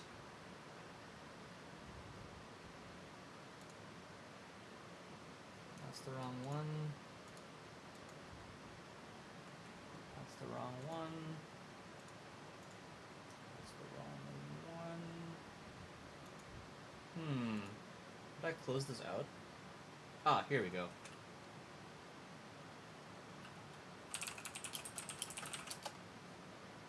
I thought it was already committed and pushed. I'm a little surprised. But yeah, if you look at these timestamps, they're definitely not updated. So I guess it just wasn't pushed all the way. Oh, wait, did I push them to a different branch and never merge them in? I've been doing them in a different branch and now I'm merging them in. That's the issue. Okay, I'll merge these into master. And that's something I should do soon. Here, let's go ahead and just like tell this to do it.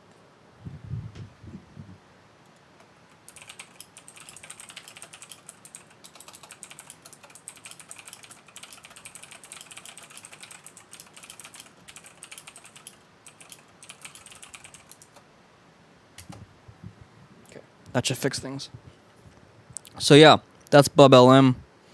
I'm hoping to have this fully tested by next week because I don't want to keep working on this project. It's something that's like really don't is that what Claude said? Don't make mistakes.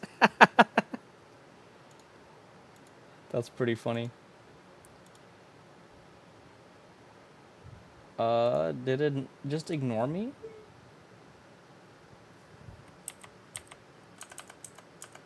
Oh, I think it just like missed my other message.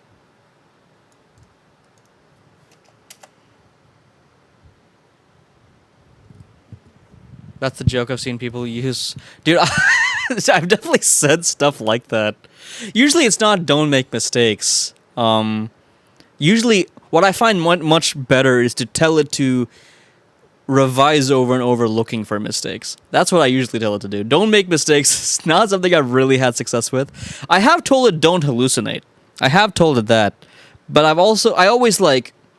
don't just tell it to not hallucinate. I say don't hallucinate, verify what you're doing using XYZ. That's what I say. I don't just tell it not to hallucinate. But I think there was some system prompt leaked from one of these agents where don't hallucinate was literally like in the system prompt. I forget which one. It might have been Claude. I don't remember. But I saw this like some months ago and it cracked me up.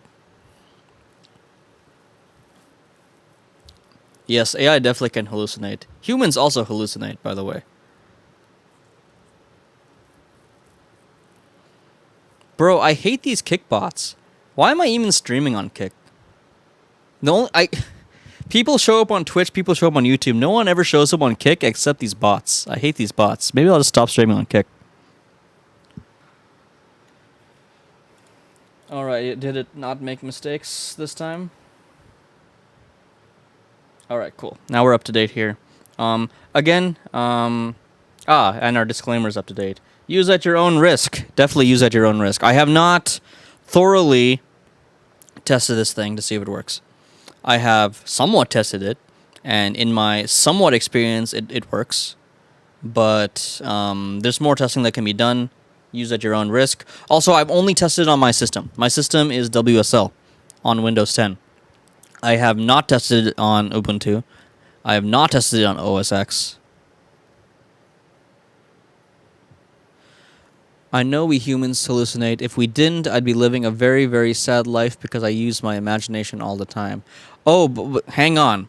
Hang on. Imagination and hallucination are two different things. Because when you imagine, you know you're imagining. Hallucination is about seeing reality as something it's not. And not being aware of it. So optical illusions are like the easiest way to demonstrate this. Right? I'm sure you've seen optical illusions before. And you can think of an AI as essentially having a lot of optical illusions in all aspects of what it does.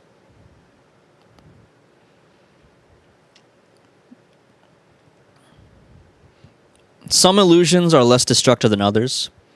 The optical illusions that humans fall for, I mean, we've evolved such that they are not the most important things to not fall for, right? I mean, humans have existed for quite a while now. We're doing pretty well for ourselves. So just because we do hallucinate doesn't mean it's like the end of the world, but some hallucinations are better than others. Some are more destructive than others. And so with AI, like AI will always hallucinate to some degree, but if we can make it hallucinate in ways that are, first of all, if we can make it hallucinate less, that's great. If we can make it hallucinate in ways that, if we can make it not hallucinate in ways in which we don't hallucinate, that would be great. Like, a lot of the language hallucination is crazy. It'll like make up elaborate stories without any justification whatsoever. Those are really common hallucinations for LLMs. What else do I want to talk about? I think I talked about most of what I wanted to talk about. Oh, I guess the other thing that I wanted to talk about. So, well, two other things that I'll go over quickly. Well, the first I'll go over quickly because it's more of a status update than like a super exciting thing. Cerberus and Minflow are still being worked on. So Cerberus is something that I have released. Cerberus, if you have multiple monitors and you want to manage lots of programs, Cerberus is really important, I think. It's a really good tool for that. What it doesn't do right now is it doesn't bring up your workspace when you restart your PC. And this is something Humbledrum suggested a while ago. And ever since he suggested it, it's been in the back of my head because every time I restart my PC, I'm like, man, I wish I had this feature. So I want to see if I can get this feature working before I sort of make a video about Cerberus or anything like that. I'm going to Reaper eventually. By Reaper, do you mean the DAW Reaper? Like for making music? Anyway, thanks for hanging out, man. Good seeing you. So Cerberus, I'm working on a restart mode for it right now. Hopefully that's something I can talk about more next week. Restart mode is so annoying to develop because of the development loop. So I was developing it on this machine, and that turned out to be a massive pain in the ass because I can't do anything else while the machine's restarting.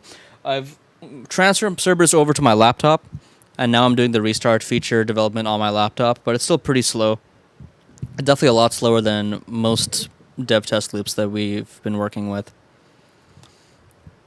And then with Minflow, I'm currently working on re-implementing it. I had Claude come up with a feature-by-feature spec and an implementation plan for doing things really methodically. Minflow got to a point where it was kind of complex, and certain aspects that needed to be refactored, it was having a hard time refactoring, so I'm doing a full re-implementation now. So the last thing that's probably worth talking about is I've been thinking a lot about what direction I want to go in for AI research, because that's really what I want to be doing. I don't really want to be doing productivity tools. I don't really want to be doing BubLM. BubLM is like a nice thing to have, but it's not like, I'm not passionate about it, right? So I want to figure out what AI research projects I want to work on. And there's a few different ways I can think about this question.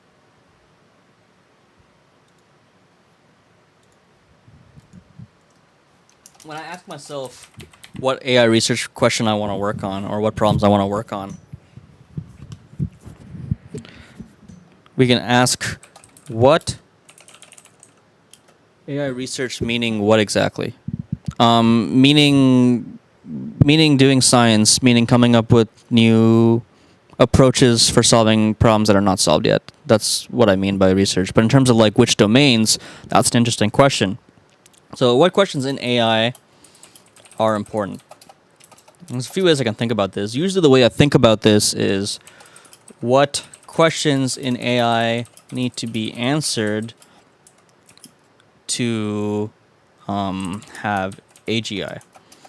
And that begs the question, what is AGI, right? So these are some interesting questions that we can think about. Loosely speaking, I think of AGI as something along the lines of the point at which AI can develop STEM faster than humans can. That's roughly the heuristic I like to use for what AGI is. And the reason I choose that as my definition is because I very much think of AI in terms of, I very much think of the singularity in terms of what is the point at which humans are no longer an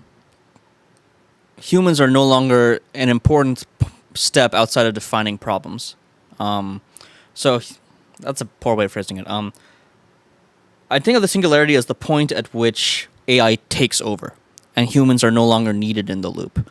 Humans are still needed from a value function perspective.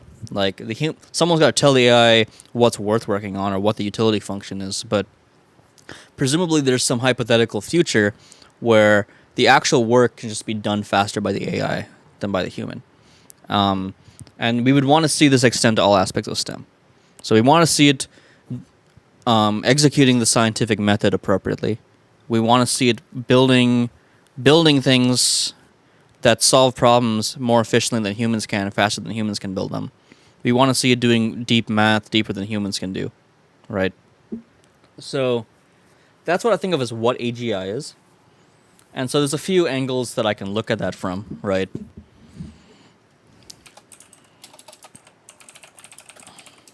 So there's the mathematical angle. And the litmus test that I like to use for the sort of mathematical angle is given an initial understanding of basic math, can a system evolve to develop an algorithm for solving linear programming problems? I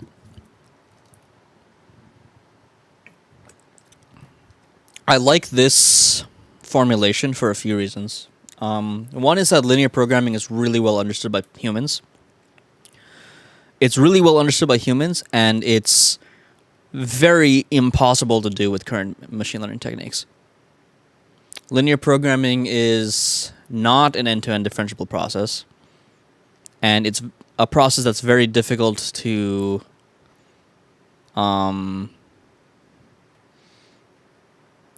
it's difficult for an AI to label its own states, I guess, is the way to put this. Like a human can label every step along the way. It can give you a bunch of input-output examples and label, this is what the state of the program should be at every step. A human can label that. But that's not interesting from a perspective of mathematical intelligence. What's interesting is, can the bot figure out how to do these things itself? That's what makes it interesting. Like Claude, if I ask Claude how to solve linear programming problems, it'll tell me. I feel like there was a fast algorithm for matrix multiplication created by AI a very long time ago. Can you find this? My understanding is that there are two matrix multiplication algorithms that are faster than the typical n cubed. One is like n to the cube root of 7 or something, and then the other is like n to the 2.3. I wasn't aware that either of them was developed by an AI. That actually sounds, especially pre-ChatGPT, that sounds like something I would be skeptical of. If you can find a source, I'd definitely be interested in that.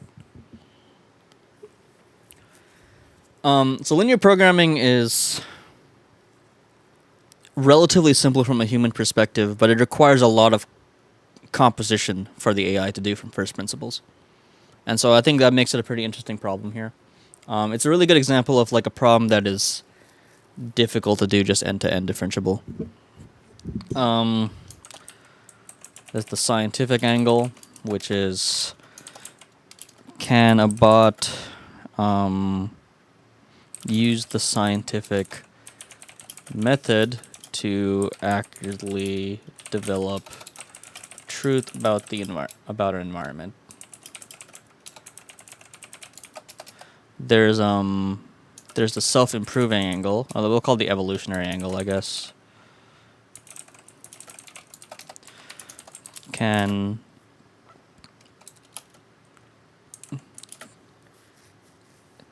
a bot self-improve, I guess?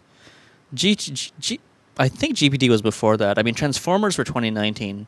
I feel like GPT must have been before 2022. I'll click the link in a second.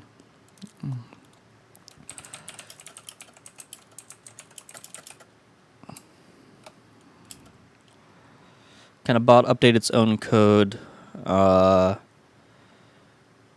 improved performance faster than a human can update it? can a species of bots in an environment evolve? I don't know have a good way to finish the sentence, but can a species of bots in an environment evolve to thrive? I guess is probably the...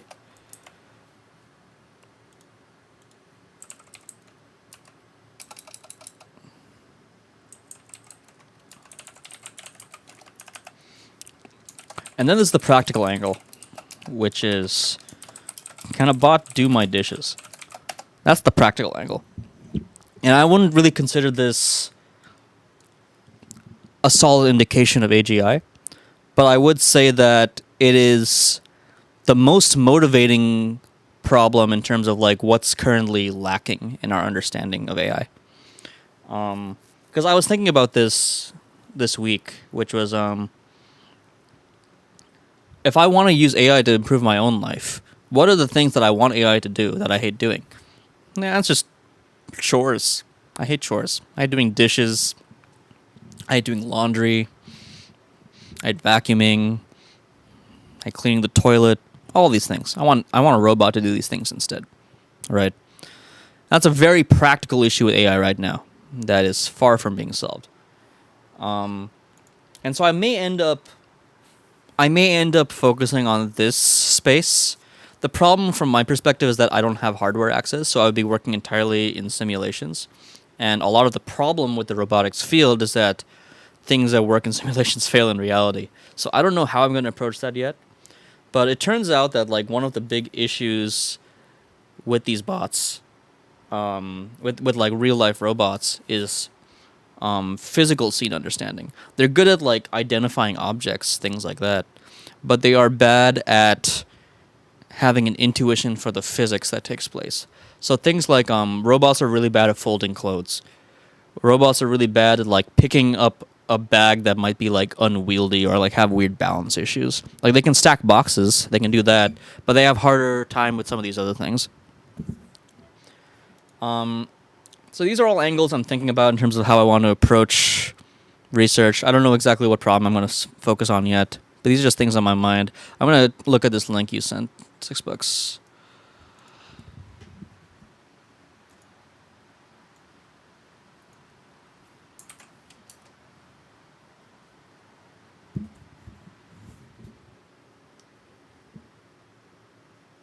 And what's the prompt he said? In a few cases, Alpha Tensor even beat existing records. Its most surprising discoveries happened in modulo 2 arithmetic, where it found a new algorithm for multiplying 4x4 matrix in 47 steps instead of 49. That is really interesting. Huh. That surprises me. And 2022 is actually like a few years ago at this point. I wonder how they did this. Okay, I'm definitely going to have to read this.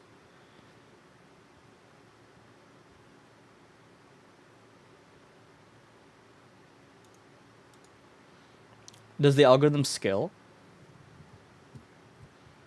I mean, even if it's faster for just the 4x4, that's a pretty interesting result, honestly. How many steps is just the naive n cubed for 4x4? The reason I ask that is that you could have an efficient algorithm that takes more steps at small scale, right? Like that's like definitely a thing that you could have.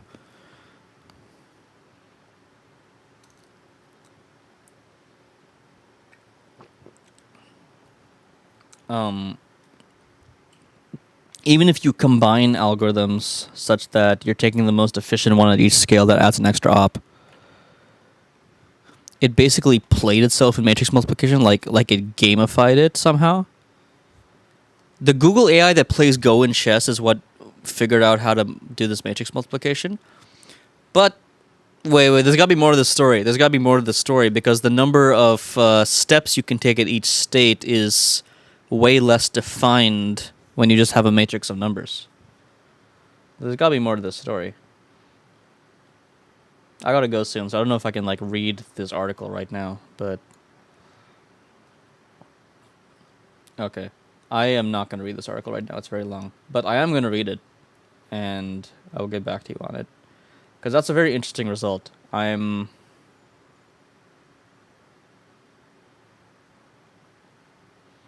I'm definitely surprised by this result.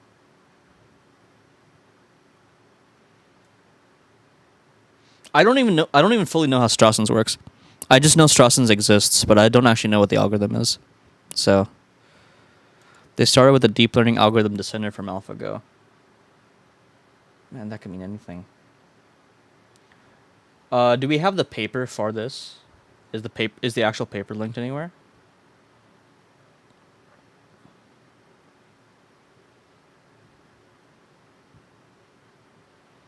The DeepMind team approached the problem by turning it into a single-player game. Alpha Tensor. The inputs represent steps along the way to a valid matrix multiplication scheme. The first input to the neural network is the original matrix multiplication tensor, and its output is the rank 1 tensor that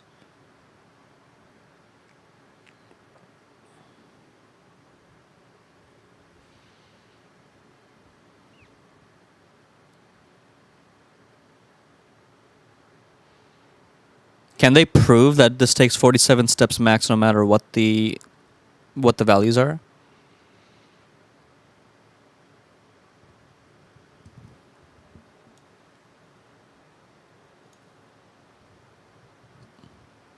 First link in the second sentence.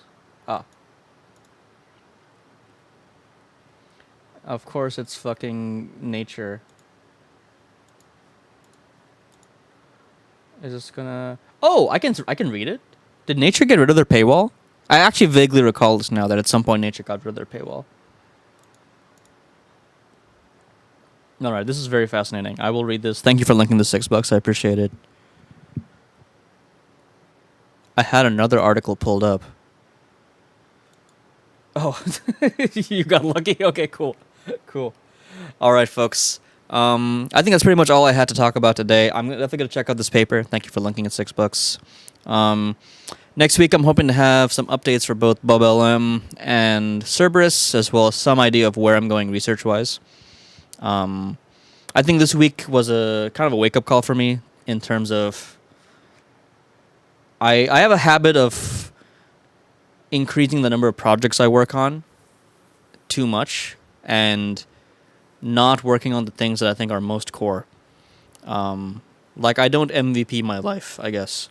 And so I do a lot of things that are like tech AI adjacent, like stuff like the multitasking apps, BubLM, without actually doing the actual AI research I want to do. So I think I had some sort of a wake up call this week, and so I'm going to be thinking a lot more about how to actually get back into AI research, because that's what I want to do. I think science is awesome. So yeah, good night, folks. Thank you all for hanging out. Peace out.